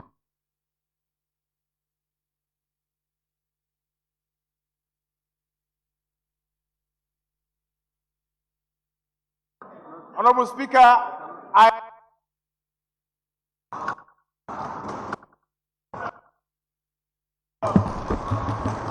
Honorable Speaker. Thank you. No.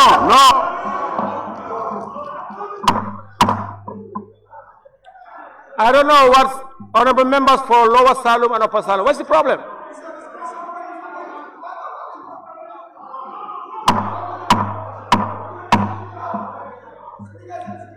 Honorable members, order.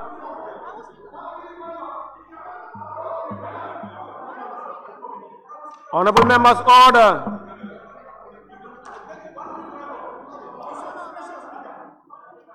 Honorable members, order. May I now call upon the mover of the motion to respond and wind up.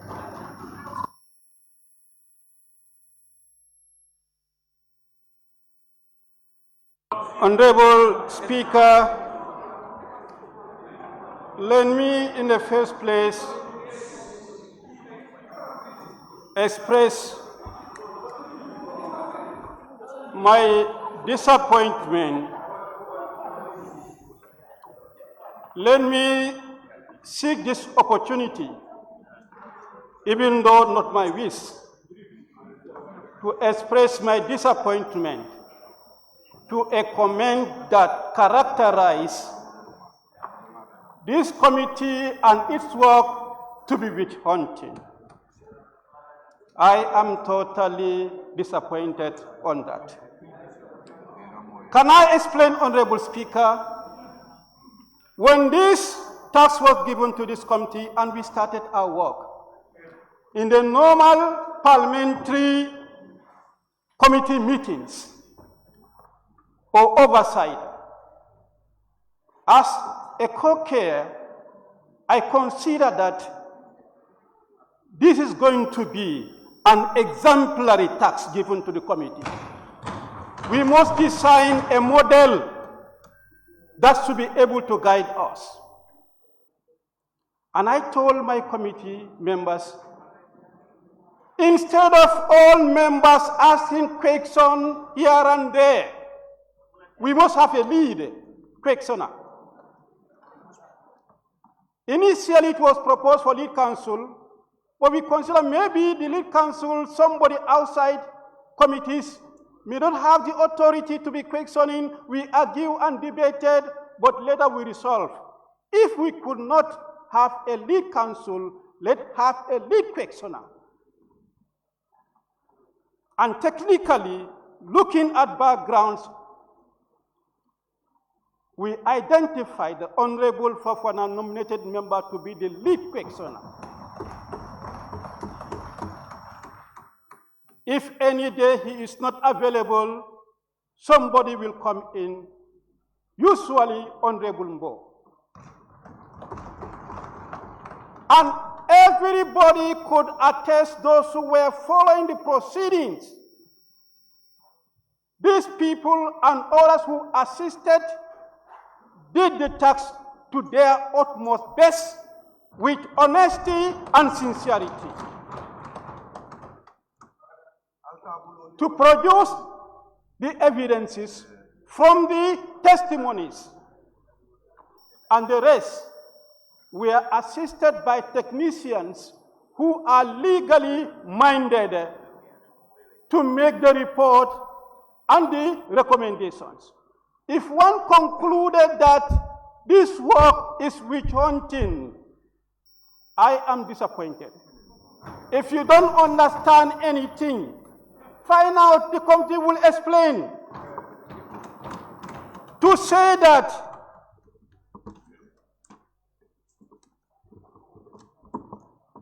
for one to say that there is no iota of corruption established, no iota of bribery established, no iota of tax evasion established, No iota of money laundering established. Honorable Speaker, point of order. There is nowhere. There is a point of order from the member for Fonyi Bintang, Fonyi Councillor. 17F. While a member is speaking, all other members shall be silent and shall not make unseemly interruption. The Honorable Majority Leader is speaking on phone. He is speaking on phone, so I'm doing that.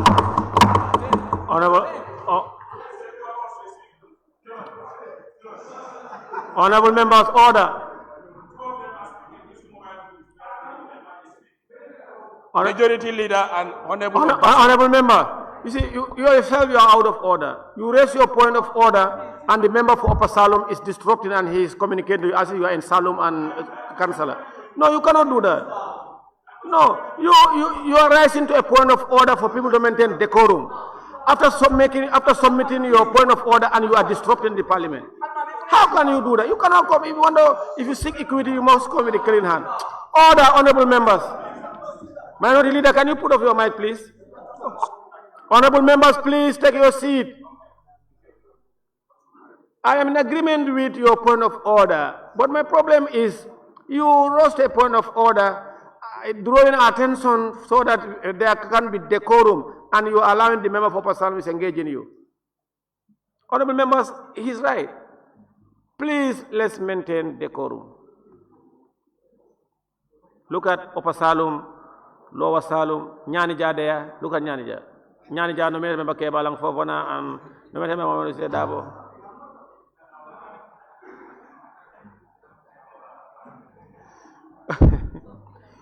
Lower Salom, Upper Salom. Oh, no, not Upper Salom. This time it's Sandu. Lower Salom and Sandu. Please go to the lounge and continue your discussion.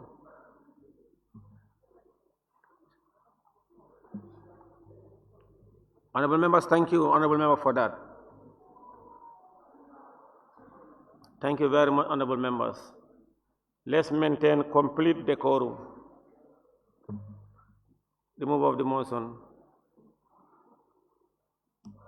Move of the motion, can you continue? Thank you very much. Can I repeat?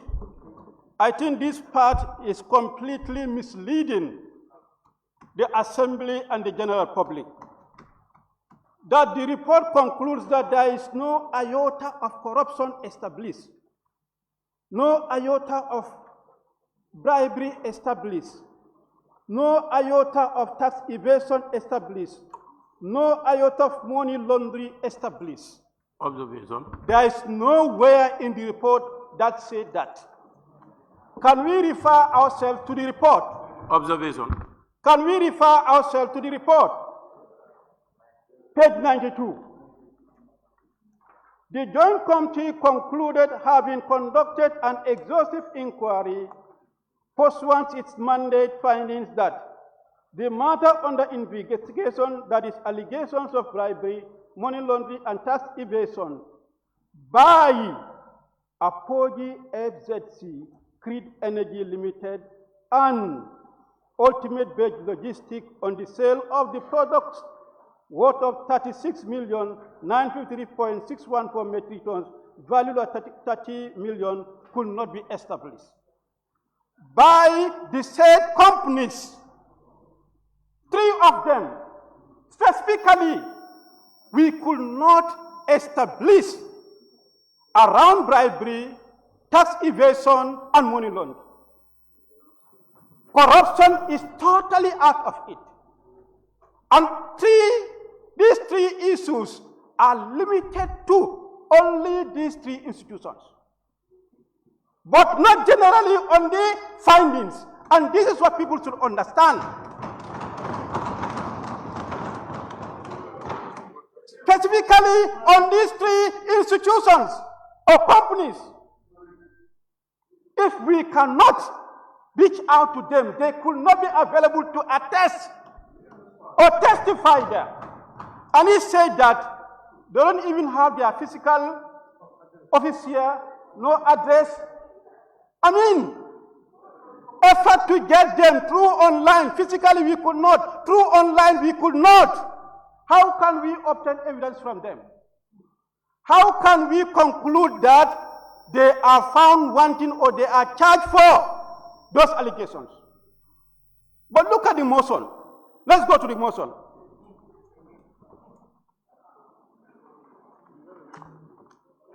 Number 7 of the motion, page 7 motion.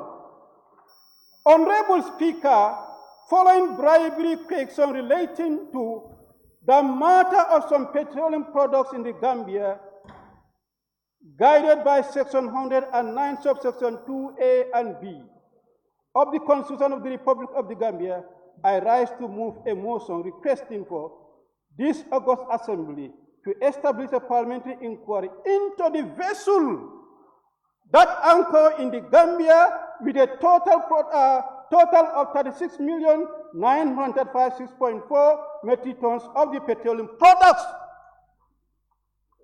The motion is around the vessel that was anchored here and harbor this product. Can you go to page 8, where the motion concluded? Honorable Speaker, honorable members, based on foregoing, I request that this August Assembly do establish a joint committee of Finance and Public Accounts Committee and Public Enterprise Committee to thoroughly inquire into the matter with a view of establishing the whole truth and facts and report back. How can you say we don't act on the motion?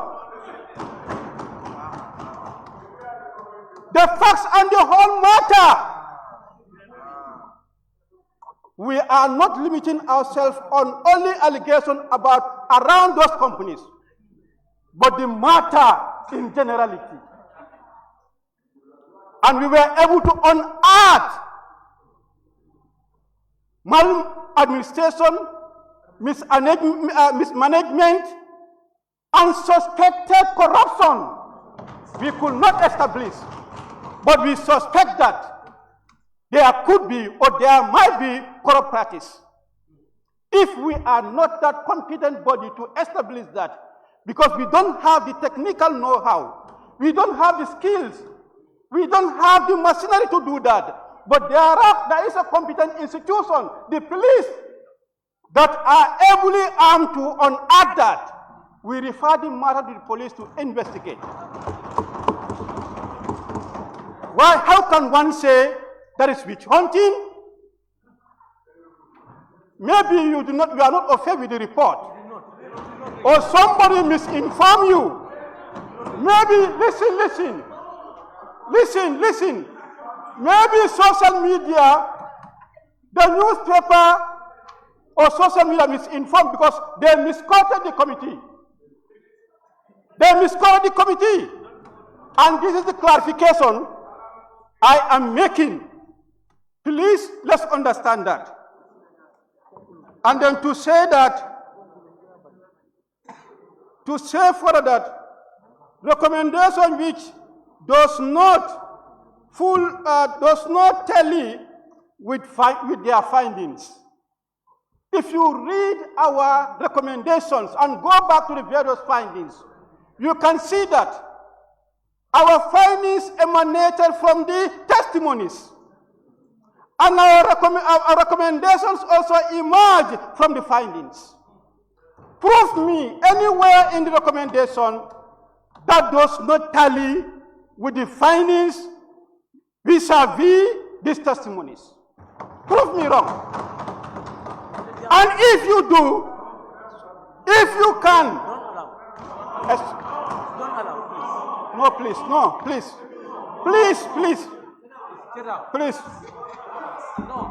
I believe as assembly, if you see something, reports are meant to be enhanced. I believe this recommendation, we should adjust it, this and that and that. But to say generally, the recommendation, they are not tally with the findings. I cannot understand that. Honorable Speaker, I think generally, all those who went against the report, I'm not saying they have voted against it, in terms of opinion, they base their agreement around this. They all base their agreement on this, that the only mandate we have is to establish allegation of bribery, corruption, tax evasion, and some concluded that there is no... Point of order, Honorable Speaker. There is point of order from the member for Sabah Sanjal. Point of order. On 17F, Honorable Speaker, the member for Banjul North is making noise, and 17F is saying no. Let him allow the member for Brikama North to clarify so that people who don't understand will understand. Please, please, please allow the member, because he is making a very good clarification for people to understand. So you please allow the member for Brikama North to clarify for people to understand. His submission is very good, but you are interrupting.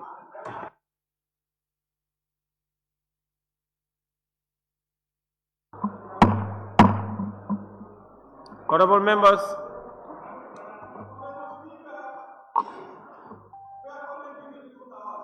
there is a point of order. Allow me to rule first. Honorable members, order sustained, and it applies to all members of parliament at this time, currently sitting down. You are all disturbing. Everybody. All of you. Everybody. Everybody. It's all of you. So, honorable member, continue. Honorable Speaker, what I was saying, we are only given 3 hours, 2 hours rather. The time taken by the members, and of course my time, altogether should be 2 hours. With that, I assume that almost all the people whose view were against the report were centered around this issue of misinformation about the conclusion. And since I have clarified that, I expect that honorable members will adopt this report. I expect that. And if you do,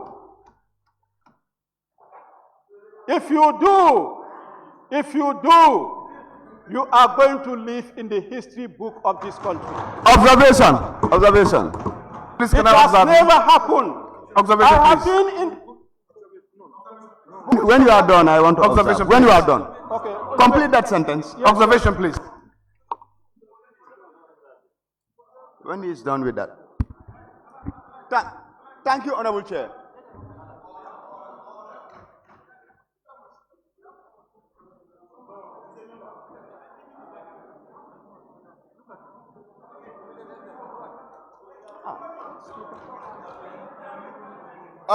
Honorable Speaker, Honorable Chair, thank you. Honorable Chair, with all sincerity, I had no intentions of debating on this report for the mere reason that it is our committee report, it is our property.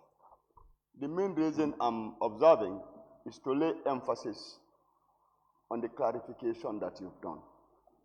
The committee was mandated by plenary to establish 4 things. Then it becomes obligatory on the committee to report. If at all the facts established are in absolute terms, the committee will be obliged to report same. If at all what is established is indicative, equally, the committee will be obliged to report same. And if you go through this report, you realize that what is absolute is reported, and whatever is indicative is reported. And in between, it becomes the responsibility of members to improve on this report, to add, to delete, or to maintain as it is. So, humbly appeal to the entire House to adopt this report and then task the Joint Committee to go and improve on the recommendations we have or resolutions and pass them. Thank you. Honorable, I've given the opportunity, he's a committee member. No.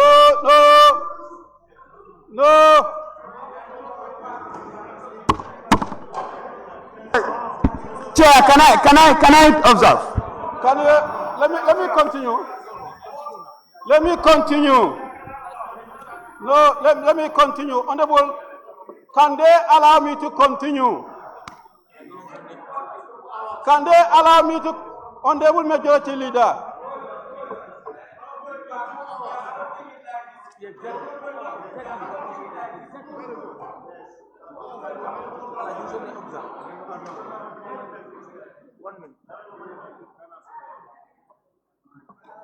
Honorable Speaker, the biggest disappointment I have,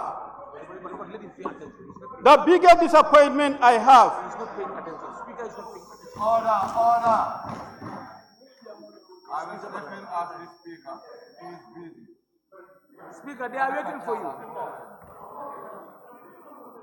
The biggest disappointment I have is when the majority leader also concurred Point of order, Honorable Speaker. with the previous speaker. Honorable Speaker, point of order.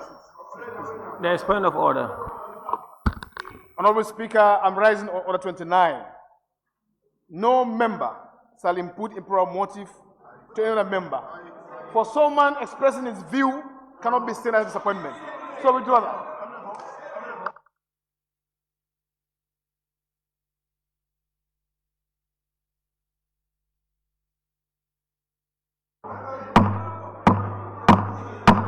Order, honorable members, order. Honorable Speaker, even whereas he did not say anything, he quoted that I'm trying to impute. So the thing is, I am disappointed for a member of the committee to be carried with the information that there is no iota of all those that were expressed, and he concurred with that. A member of the committee, and honorable Speaker, let me report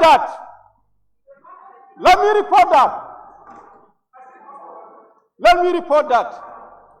If you are tasked to be a committee member or you are selected to be a member of the committee, serve the committee and serve the National Assembly.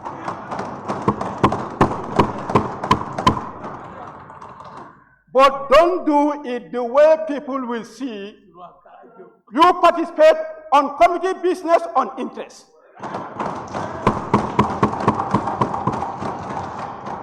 If your interest is not there, you don't take part. For 1 year, for one complete year, this particular member, so no interest. Point of order. Order. For one complete year, this particular member, so no interest in the business of the committee. And yet still, we want to frustrate the work of the committee. Honorable Speaker, point of interest. Point of order. Are you going to accept that? Are you going to accept that? Are you going to accept that? Thank you very much.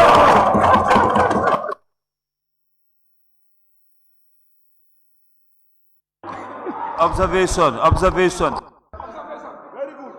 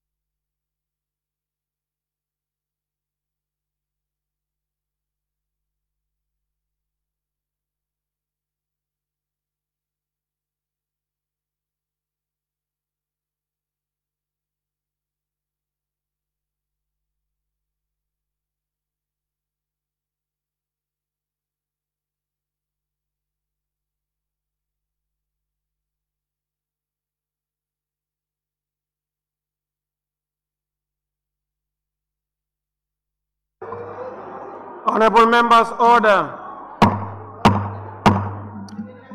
Can we continue now? Member for Nyanija, can you take your seat? My great bag. Honorable members, can we continue now? Honorable members, be it resolved that this Honorable Assembly do adopt the report of the National Assembly Joint Committee of FPAC and PEC on the parliamentary inquiry into the petroleum product of 36,953.614 metric tons, valued at 30 million United States dollars.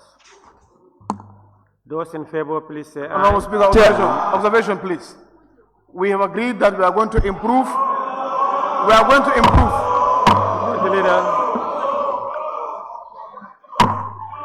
Honorable members, order.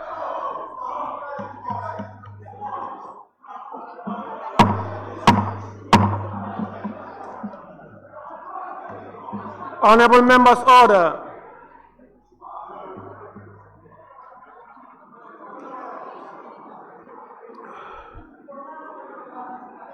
Honorable members, order, please. Honorable members, order.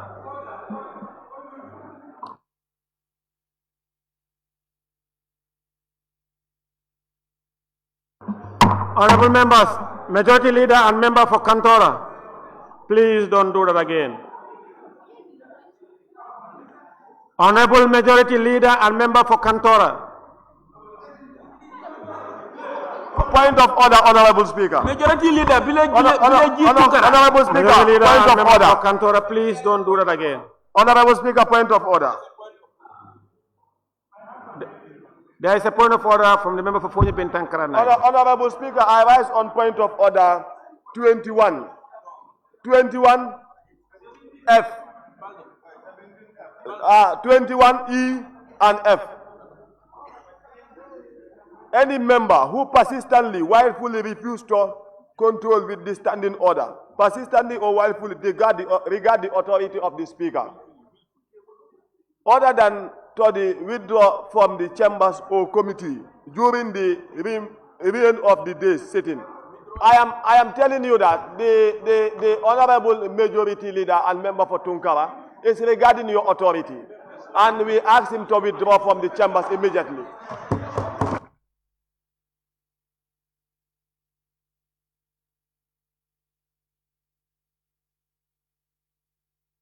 Order, honorable members, order. Honorable members, order. Honorable members, it is evident that almost every member is disrupting, but not to a degree of obstructing proceeding.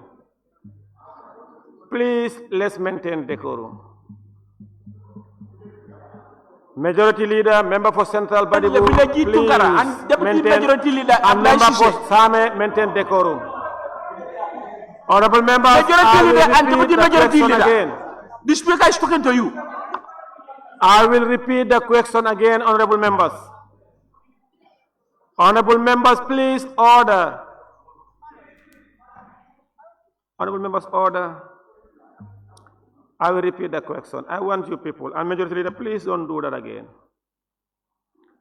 Honorable members, be it resolved that this Honorable Assembly do adopt the report of the National Assembly Joint Committee of FPAC and PEC on the parliamentary inquiry into the petroleum product of 36,953.614 metric tons, valued at 30 million United States dollars. Those in favor, please say aye. Aye. Those not in favor, please say no. That is how it. Thank you. Clerk, we may proceed.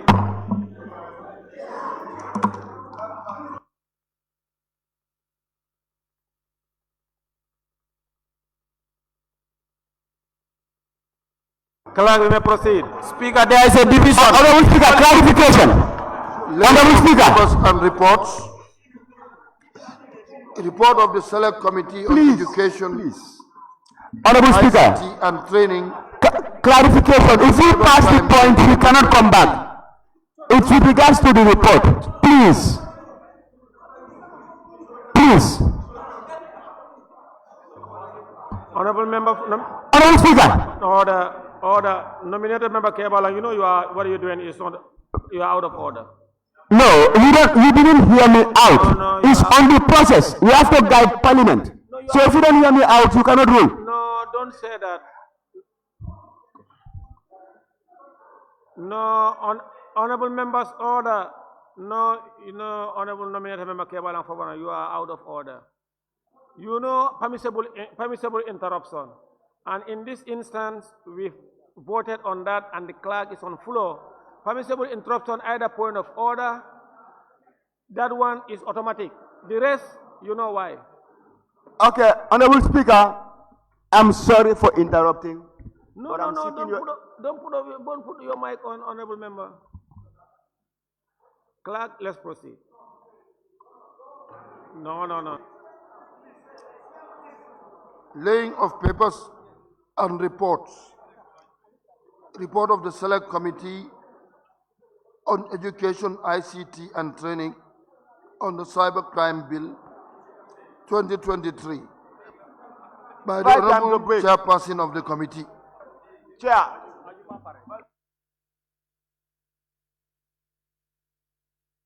Chairman.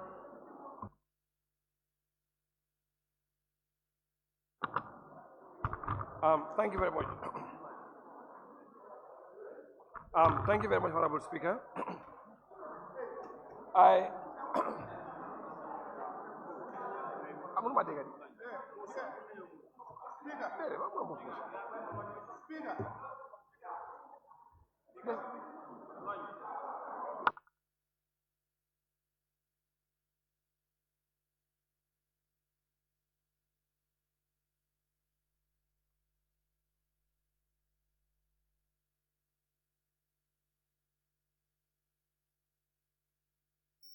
Honorable Speaker. Honorable Speaker.